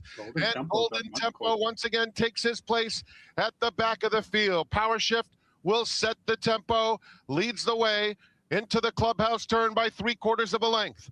With Growth Equity a clear-cut second. Vitruvian Man is in third, and they are followed by Emerging Market. The opening quarter went in a very moderate 23 4/5 seconds. It's another 2 lengths back. Chief Wallaby is kept on the outside of Otinho. Then comes Renegade and Commandment stride for stride, and Jose Ortiz takes the Kentucky Derby winner, Golden Tempo, onto the rail, and he's 12 lengths off the pace.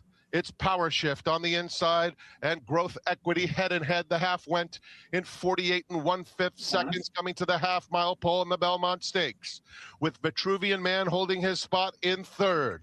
Then it's Emerging Market, fourth and 3.5 off them. Chief Wallaby will go 3 wide outside of him. Now Renegade is called on. He's starting to make some headway. He's on the inside. We'll need to find some room, but he's very much in the thick of it as Growth Equity has taken the lead in 1:12 and 1/5 seconds. Growth Equity short lead. Chief Wallaby's making a big move from behind. Golden Tempo is coming along with Commandment as the field turns for home. Come on, Junior! On the inside, Growth Equity is just in front. Chief Wallaby comes to him. Out in the center of the race. A giant race. Renegade in between, and Golden Tempo. Golden Tempo. Renegade. Commandment on the outside. Golden Tempo. Has to first, has to fend off Commandment in the final strides. Golden Tempo. Oh my God. Golden Tempo. What a horse. What a horse. Commandment ran lights out in Wow.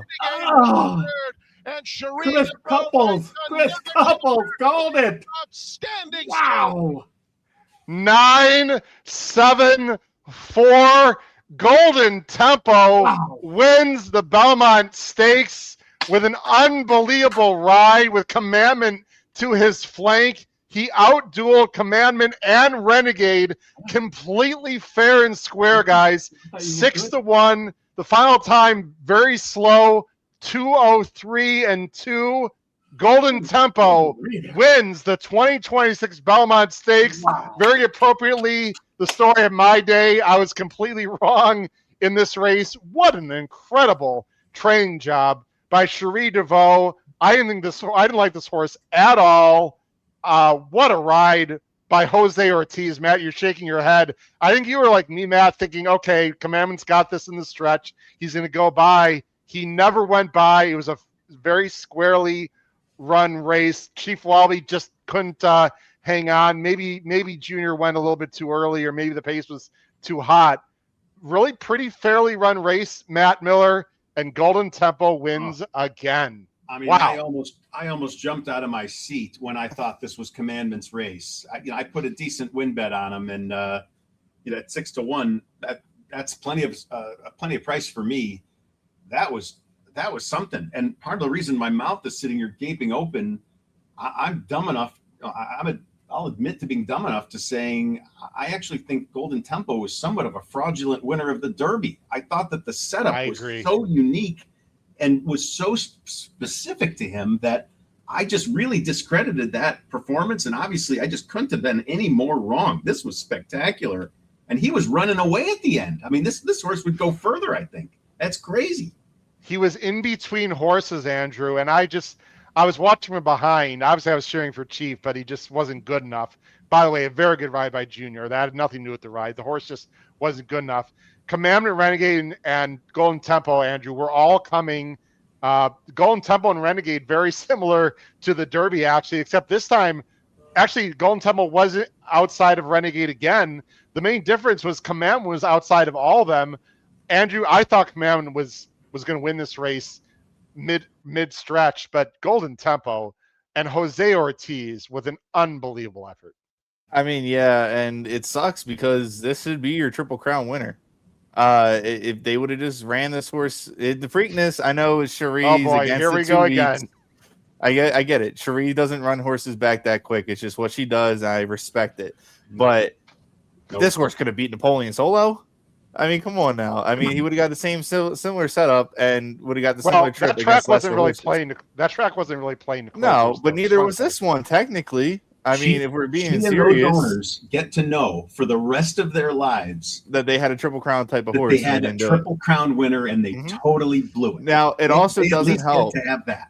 It doesn't help the people that are arguing that it should stay the same between the races when it comes to time, because if it was added time, she probably runs in the Preakness. We just want him to get better and keep winning these kind of races.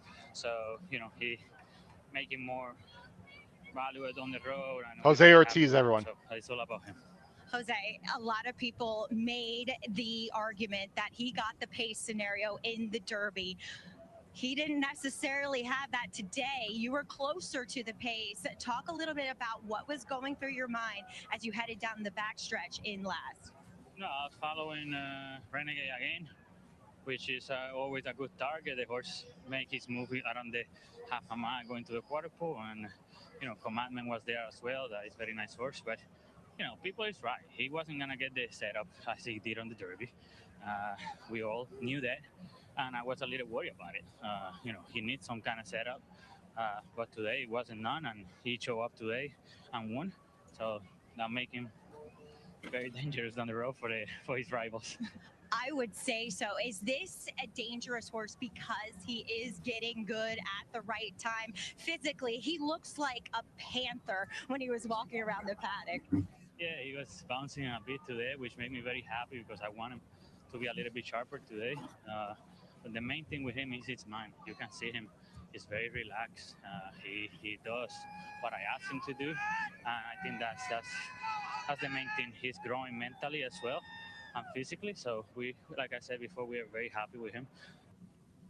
I mean, this is a tough enough game as it is, guys, from a betting perspective.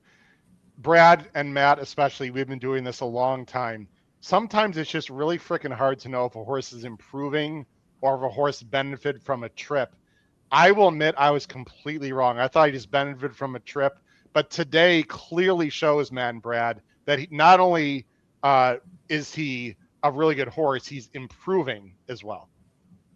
Yeah, Howard, it was funny. As the race started, and they were probably a quarter of a mile in, maybe a half a mile in, I said to Matt, Golden Tempo's much closer to the pace than I thought he would be. I thought Jose was going to take him out of that 9 and just move him right down to the rail. He never wanted to rail. He kept him outside. And clearly, coming down the stretch, it was a 3-way race between Commandment, Golden Tempo, and Renegade, and he put them both away. So, yeah, just a quality horse. You can't be anything but impressed with the way he ran that race today. I'm going to have to watch, Brad. It's very well said. I'm going to have to watch the replay, Matt. I'm going to have to watch the replay, Matt.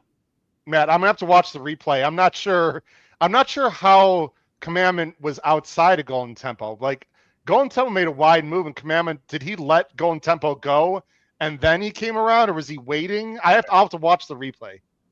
That's exactly what happened. So they kind of switched spots. I'm not sure that was intentionally to get a certain lane or not, but it was a little odd. I was watching Commandment, so I happened to see it. But I think if you took your eye off him, you would have flipped him for a second, because it looked like one was on the inside and then he came to the outside. The other thing that was interesting there, and it's another mea culpa. I looked at that last race with Irad coming down the stretch, taking a half left turn to knock out about a third of the horses in the Derby.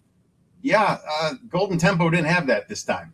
He steered perfectly clear. He had no traffic help whatsoever. This was just as legit and terrific a win as you'll see. And, like we talked about before, I don't want to be super negative, but man, it just makes me wonder what could have been if people were as into the spirit of the game as I wish they were. It's funny that you guys brought that up because I just don't think about that anymore. I think it's all going to change starting next year. I don't even want to dwell on it. I don't know. Although I agree with you guys, I don't even want to dwell on it. Hey, Howard. Yes, Brad. Beth is going to cut my neck if we don't close this. They have dinner reservations, and I've stayed my welcome here long enough. Oh, go. So we need to go. Absolutely. Brad and Matt Miller, Brad Anderson, thanks for joining the show. Andrew and I will wrap it up. Really appreciate it. Brad, safe travels. Enjoy your golf trip. I'll see you in Saratoga, my friend, next month. All righty. We got a month. Matt, I'll see you on the golf course next week. We'll talk. All right, cool. Bye, guys. Take care. All right. Awesome job from Matt and Brad. Like I said, Andrew, I don't want to dwell on, what would have happened in the Preakness, whatever. I think what this race shows me is two things. Again, horses can improve, and Jose Ortiz, I don't think he really needs to get any more praise from me, but I think the vibe in general, Andrew, in the last, I'll say 4 or 5 years, is that Irad was the better of the brothers, that he was just more consistent. And I think Jose going to Kentucky and Louisiana and gaining a little more confidence and getting to the winner's circle more, I really think that was a difference-making decision by him and his jockey agent. And he was really good before, Andrew. I think he's raising it to a whole other level. This guy is absolutely one of the best in the world. Anyone that doesn't think so is just not watching horse racing. I'm sorry. Yeah, no, I agree. And I just want to shout out the Elias stables. They won back-to-back races. They won with Deterministic, and they won with the Golden Tempo. So, I mean, one hell of a day for them. Can you imagine that double?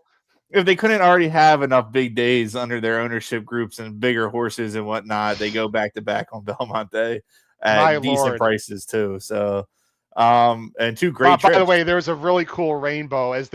I'm sure that's going to be Barbara Livingston or someone will get this as he's going into the winner's circle. There's very ominous dark clouds in the distance, and there's a big ass rainbow in the distance right over Saratoga. And actually, it's not raining at all. In fact, the sun is out right now. But again, I guarantee they're going to get some heavy rain, more heavy rain, I think, coming up the next 15, 20 minutes. I'm about to get something my way too. Okay, what an unbelievable day. I guess the last question I have for you, Andrew, is how good is Golden Tempo? Do you think he should go to the Haskell 3 questions. How good is he? Does he go to, because this was 203 and 2, and the track was fast. So this is going to come back under 100 buyer. I will guess. He won. I mean, I'm not taking anything away, but let's just keep it, 30,000 foot perspective, okay? Because right after the race, everyone's emotional and visceral and whatever. How good is he, number one? Number two, do you think he should go to the Haskell or the Travers or both? And 3, in a few months, is he a legitimate Breeders' Cup Classic threat as of now? Those 3 questions, please, Andrew. I think he's very good. I think he's very pace setup dependent. But at the same time, I mean, like this one, you didn't have that much pace. So I think that the buyers alone don't really tell the whole story with this horse. It's not one of those horses that's going to run a crazy number, but no matter what the race is, the horse is going to show up. And if it has enough something to run at, this horse is game enough and smart enough to get up at the wire. And those type of horses you don't get often, where it could run. It doesn't matter how fast, or if it's the fastest horse, or if it's running hundreds and hundreds and hundreds of buyers, it wins. It wins when it matters. And I think this one could win any of those summer prep races going into the Breeders' Cup. I don't know. I don't think it should go to Parks for PA Derby, simply because that track's a little bit more speed favoring than Monmouth. But honestly, I don't even know if they need to go to Monmouth. They might just go right to the Travers, and I wouldn't really hate it. DeVoe's good with, getting horses ready and taking time with horses, and two races in 5 weeks is a little grueling. And it proved to, skip a race makes this horse run better. They proved it with skipping the Preakness. So if they need to skip the Haskell or the PA Derby or whatever, and then, just circle around the Travers, I wouldn't blame them. And I think it's probably the smart thing to do. And then when it comes to the Breeders' Cup, I think this horse is probably not going to be 6-1. I don't think you're ever going to get this horse 6-1 again after this race. So you're probably not going to want to bet this horse back if you're looking for a price. But it's definitely a fun horse to keep your eye on the rest of the summer. Good information there. By the way, Stinson crushed it. Great job, Stinson. Great job. I think it's pretty fair to say, Andrew, and I don't want to speak for other people, but everyone's got not Stinson. This is not about you, Stinson, so don't get the wrong impression. A lot of people are going to say, "Oh, I love this horse," the red boarding, right? Mm-hmm. I was completely against him. I didn't think he was going to win this race at all. In fact, on the show Thursday, I said I'd be surprised he was in the top 3. I was completely wrong. I think a lot of people are wrong about this horse, to be very honest. That the vibe, if more people like this horse, the Derby winner wouldn't have been 6-1, Andrew. Let's keep it real, everyone. Okay. If you like Golden Tempo, awesome. Congratulations. Great call. Couldn't be more happy for you. But this horse was 6-1 after winning the Derby. So a lot of people didn't really like him. I think he should run at Saratoga for sure, Andrew. I think, I'm going to be at the Jim Dandy, by the way. I'll be there that weekend. I'd love to see him run in that race. It's a week later, by the way. It's the end of July this year, I believe, the Jim Dandy. So it's not for another 7 weeks, I think. Yeah, a month and a half. I think you should go Jim Dandy, Travers, Breeders' Cup Classic. Yeah, I agree. Maybe one in the fall if they want to run him, but and maybe they'll just wait to the Travers. But there's zero reason not to run him at Saratoga after the way he ran. I don't think he's going to be going to the Haskell at all. I wouldn't recommend he goes to the Haskell. I think you see how the horse is training, Andrew. If he's training well and feels great, you run in the Jim Dandy and you run it like a prep. Like you don't go all out. If you win, you win, fine. And then the Travers is the one you really go for. And then after that, you see how he feels. They're interviewing Vinny Viola right now, the owner. Very cool for them. Last thing I will say is this, and I don't want to be disrespectful, but I want to keep it real. This is not sovereignty. This is a nice 3-year-old facing, frankly, an okay crop of 3-year-olds. And okay, they're not bad, they're not great, but most importantly, I just want to tip my cap to anyone that had Golden Tempo, that like Golden Tempo, to Jose Ortiz and to Cherie DeVoe, because that was an incredible ride, and he beat the 3-year-olds that are in front of him. And frankly, a lot of people didn't like him this race, and If people say that's not true, I don't think people are paying attention to the experts and social media and whatnot. Yeah, no, I agree. I didn't have him. I didn't have him in the Derby either. So I mean, I'm over 2. I won't be over 3. I'll tell you that much. Going forward, but no, I don't know. It was a good day, even though we didn't win the big race, but we had a fun time. I had a blast, except for the wall. Well, I had a good day. pocketbook wasn't involved for me, Andrew. It would have been amazing. This was one of the worst days, honestly, I've had a long time in terms of my wallet. So at least I didn't also have a bad day, you know. At least it wasn't like it was last week where I was just coming up short every single race, you know. It feels a little bit better. Let's very quick, just for 5 minutes, Andrew. We have a lot of people still listening. We really appreciate it. Please give your opinions in the chat of where you think some of these horses should go, how good they are. Just any opinions in the chat. We greatly appreciate it. Let's talk about the race and some other horses. It looked like Power Shift, by the way, steadied or hit the rail or something happened. I hope he's okay. And Vitruvian Man also, I believe, checked pretty badly. And he was in a pretty good spot for a good portion of the race. So I'm going to have to watch the replay. What do you do with Commandment, who ran a big race? What do you do with Renegade? Let's talk about those two because they were, and then Chief. Chief, let's go with Chief first. Does he need a cutback? Is this just too far? I've never been a Chief Wallaby fan. I've been very vocal about that. Okay. I just think this horse is a class below. That's all it is. I don't think the distance is the issue. I just think that, you know, this horse has ran a lot lately. I think Belmont needs to give this horse some time off, reevaluate, and come back and maybe like a grade 2 or a grade 3, get some confidence back in this horse and see where you go. I could totally see. Can I interrupt you a second? Let me just give you my opinion real quick. We'll just go back and forth real quick. I think Chief Wallaby has a huge shot to win the Breeders' Cup Dirt Mile this year. I can see that. I'll see that. I think he's a very good horse. I don't think he wants to go this far, Andrew. Because the way he won his debut at 7, he doesn't have like a huge long stride. I think he's gonna be a really, really good middle distance horse. One of those horses we might see like in the Met Mile next year. That's my thought on Emerging Mark or on Chief Wallaby. I'd like to see them turn him back. Okay. I can agree with that. Okay. Renegade. Is it bad to say I don't think this horse runs again? It's not bad, but why do you say that? I just feel like it's just a horse that they got enough out of it that hasn't really shown up the last couple times. I mean, Derby showed up, but like still, that's a fluky race. Well, he ran well today. He finished a close third. But I mean, it was kind of picking up pieces at the end, really, in my opinion. I mean, he had a better angle coming out the turn than the 2 winners that beat him, you know, or the 2 horses that beat him. He had first jump and they just came over top of him like he was standing still. So I don't know. It's a horse that has breeding availability, and I can just see that them just taking their losses and going to the breeding shed and making a ton more money than probably at the races. Just a Rapoli thing I feel like he might do, you know, move on to the next crop, you know. But yeah, no, if not, I think this horse probably runs in the Haskell or at the Travers. I know this is going to sound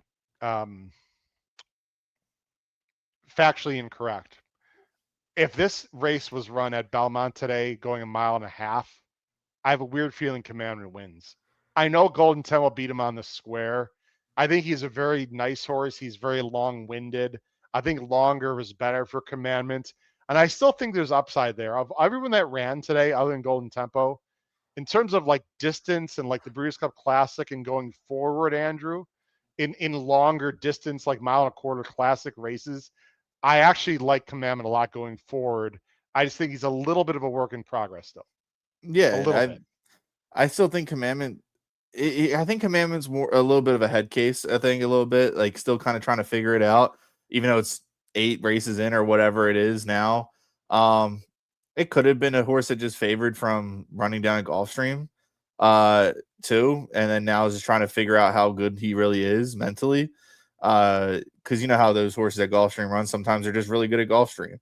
But no, Commandment ran a huge race, probably a winning race. I mean, he was 9-10 wide out the turn. I mean, that's a lot. Wasn't Golden Temple pretty wide also? It was inside him. Yeah, exactly. But it still both had to go super wide to do it. So both ran really good races, and I think those are the 2 horses you want to take out of this field. The pick 5, by the way, paid $2,500. Pick 4 paid $350. Nothing crazy. Dollar pick 6, $96.40. We will end the show with this right now, Andrew. I think the winners of the today are pretty. There's one person comes to mind like right away. Two people actually. Hold on. Before I say that, let me check on the jockey who won the race I'm talking about. Yeah. There's two people that won the day today. Cherie DeVoe and Jose Ortiz. Englishman was completely ridiculous. And they won the Golden Tempo. I mean, what an incredible run those two are on right now. That's my final take of the day. I agree. Cherie and Jose Ortiz. There's not a hotter jockey. Yeah, a little bit. The wind's starting to pick up, but no, and there's not a hotter jockey right now than Jose Ortiz, unless you go say Flavian Pratt. But Flavian Pratt's not winning these grade ones like Jose Ortiz is. So yeah, and love to see DeVoe doing really good. She has a crazy, really good string of horses right now, and love to see one of the women trainers be on top of the game like that. It's huge for the business, huge for the sport, and huge for the fan base. And especially when you got a jockey like Jose Ortiz who's super likable. Can't go wrong. It's a really good day for racing today. Great day for racing. Andrew did an awesome job. You were on the whole time. I know it's a stretch. Really appreciate you. Some great picks. If you want to support the show, ladies and gentlemen, again, there's a few things you can do very quickly. Hit the subscribe button, bottom right-hand side of the screen. Notification on the top right on YouTube. Smash that like button. Tell anyone you know about the HHH Racing Podcast. We got live shows on Tuesdays, Wednesdays, and Thursday nights. Then please look into our Power Pick tip sheet. I guarantee you will profit. It's very inexpensive. We've got more specialty tip sheets coming up this summer. And also, if you want to join our email, last thing, if you want to join our email list and you're not on there, look into, go ahead and just send me an email. And you can hkravetshorse@gmail.com. It's going to be up on the bottom. It's on the bottom of the screen coming up right now. Again, hkravetshorse. There it is at the bottom of the screen, right there at the bottom of the screen right now. hkravetshorse@gmail.com. Just email us and say, Howard, I'd like to be on your email list, and you'll start getting more news and information. For my wonderful friend and great co-host today, Andrew Rdesinski, and for Brad Anderson and Matt Miller, this is your host, Howard Kravets. A lot of fun today on Weekend Warriors, Belmont Stakes Day. Crush your bets in any other races you play this weekend. Take care, everyone. Have a fantastic rest of the weekend. Bye-bye.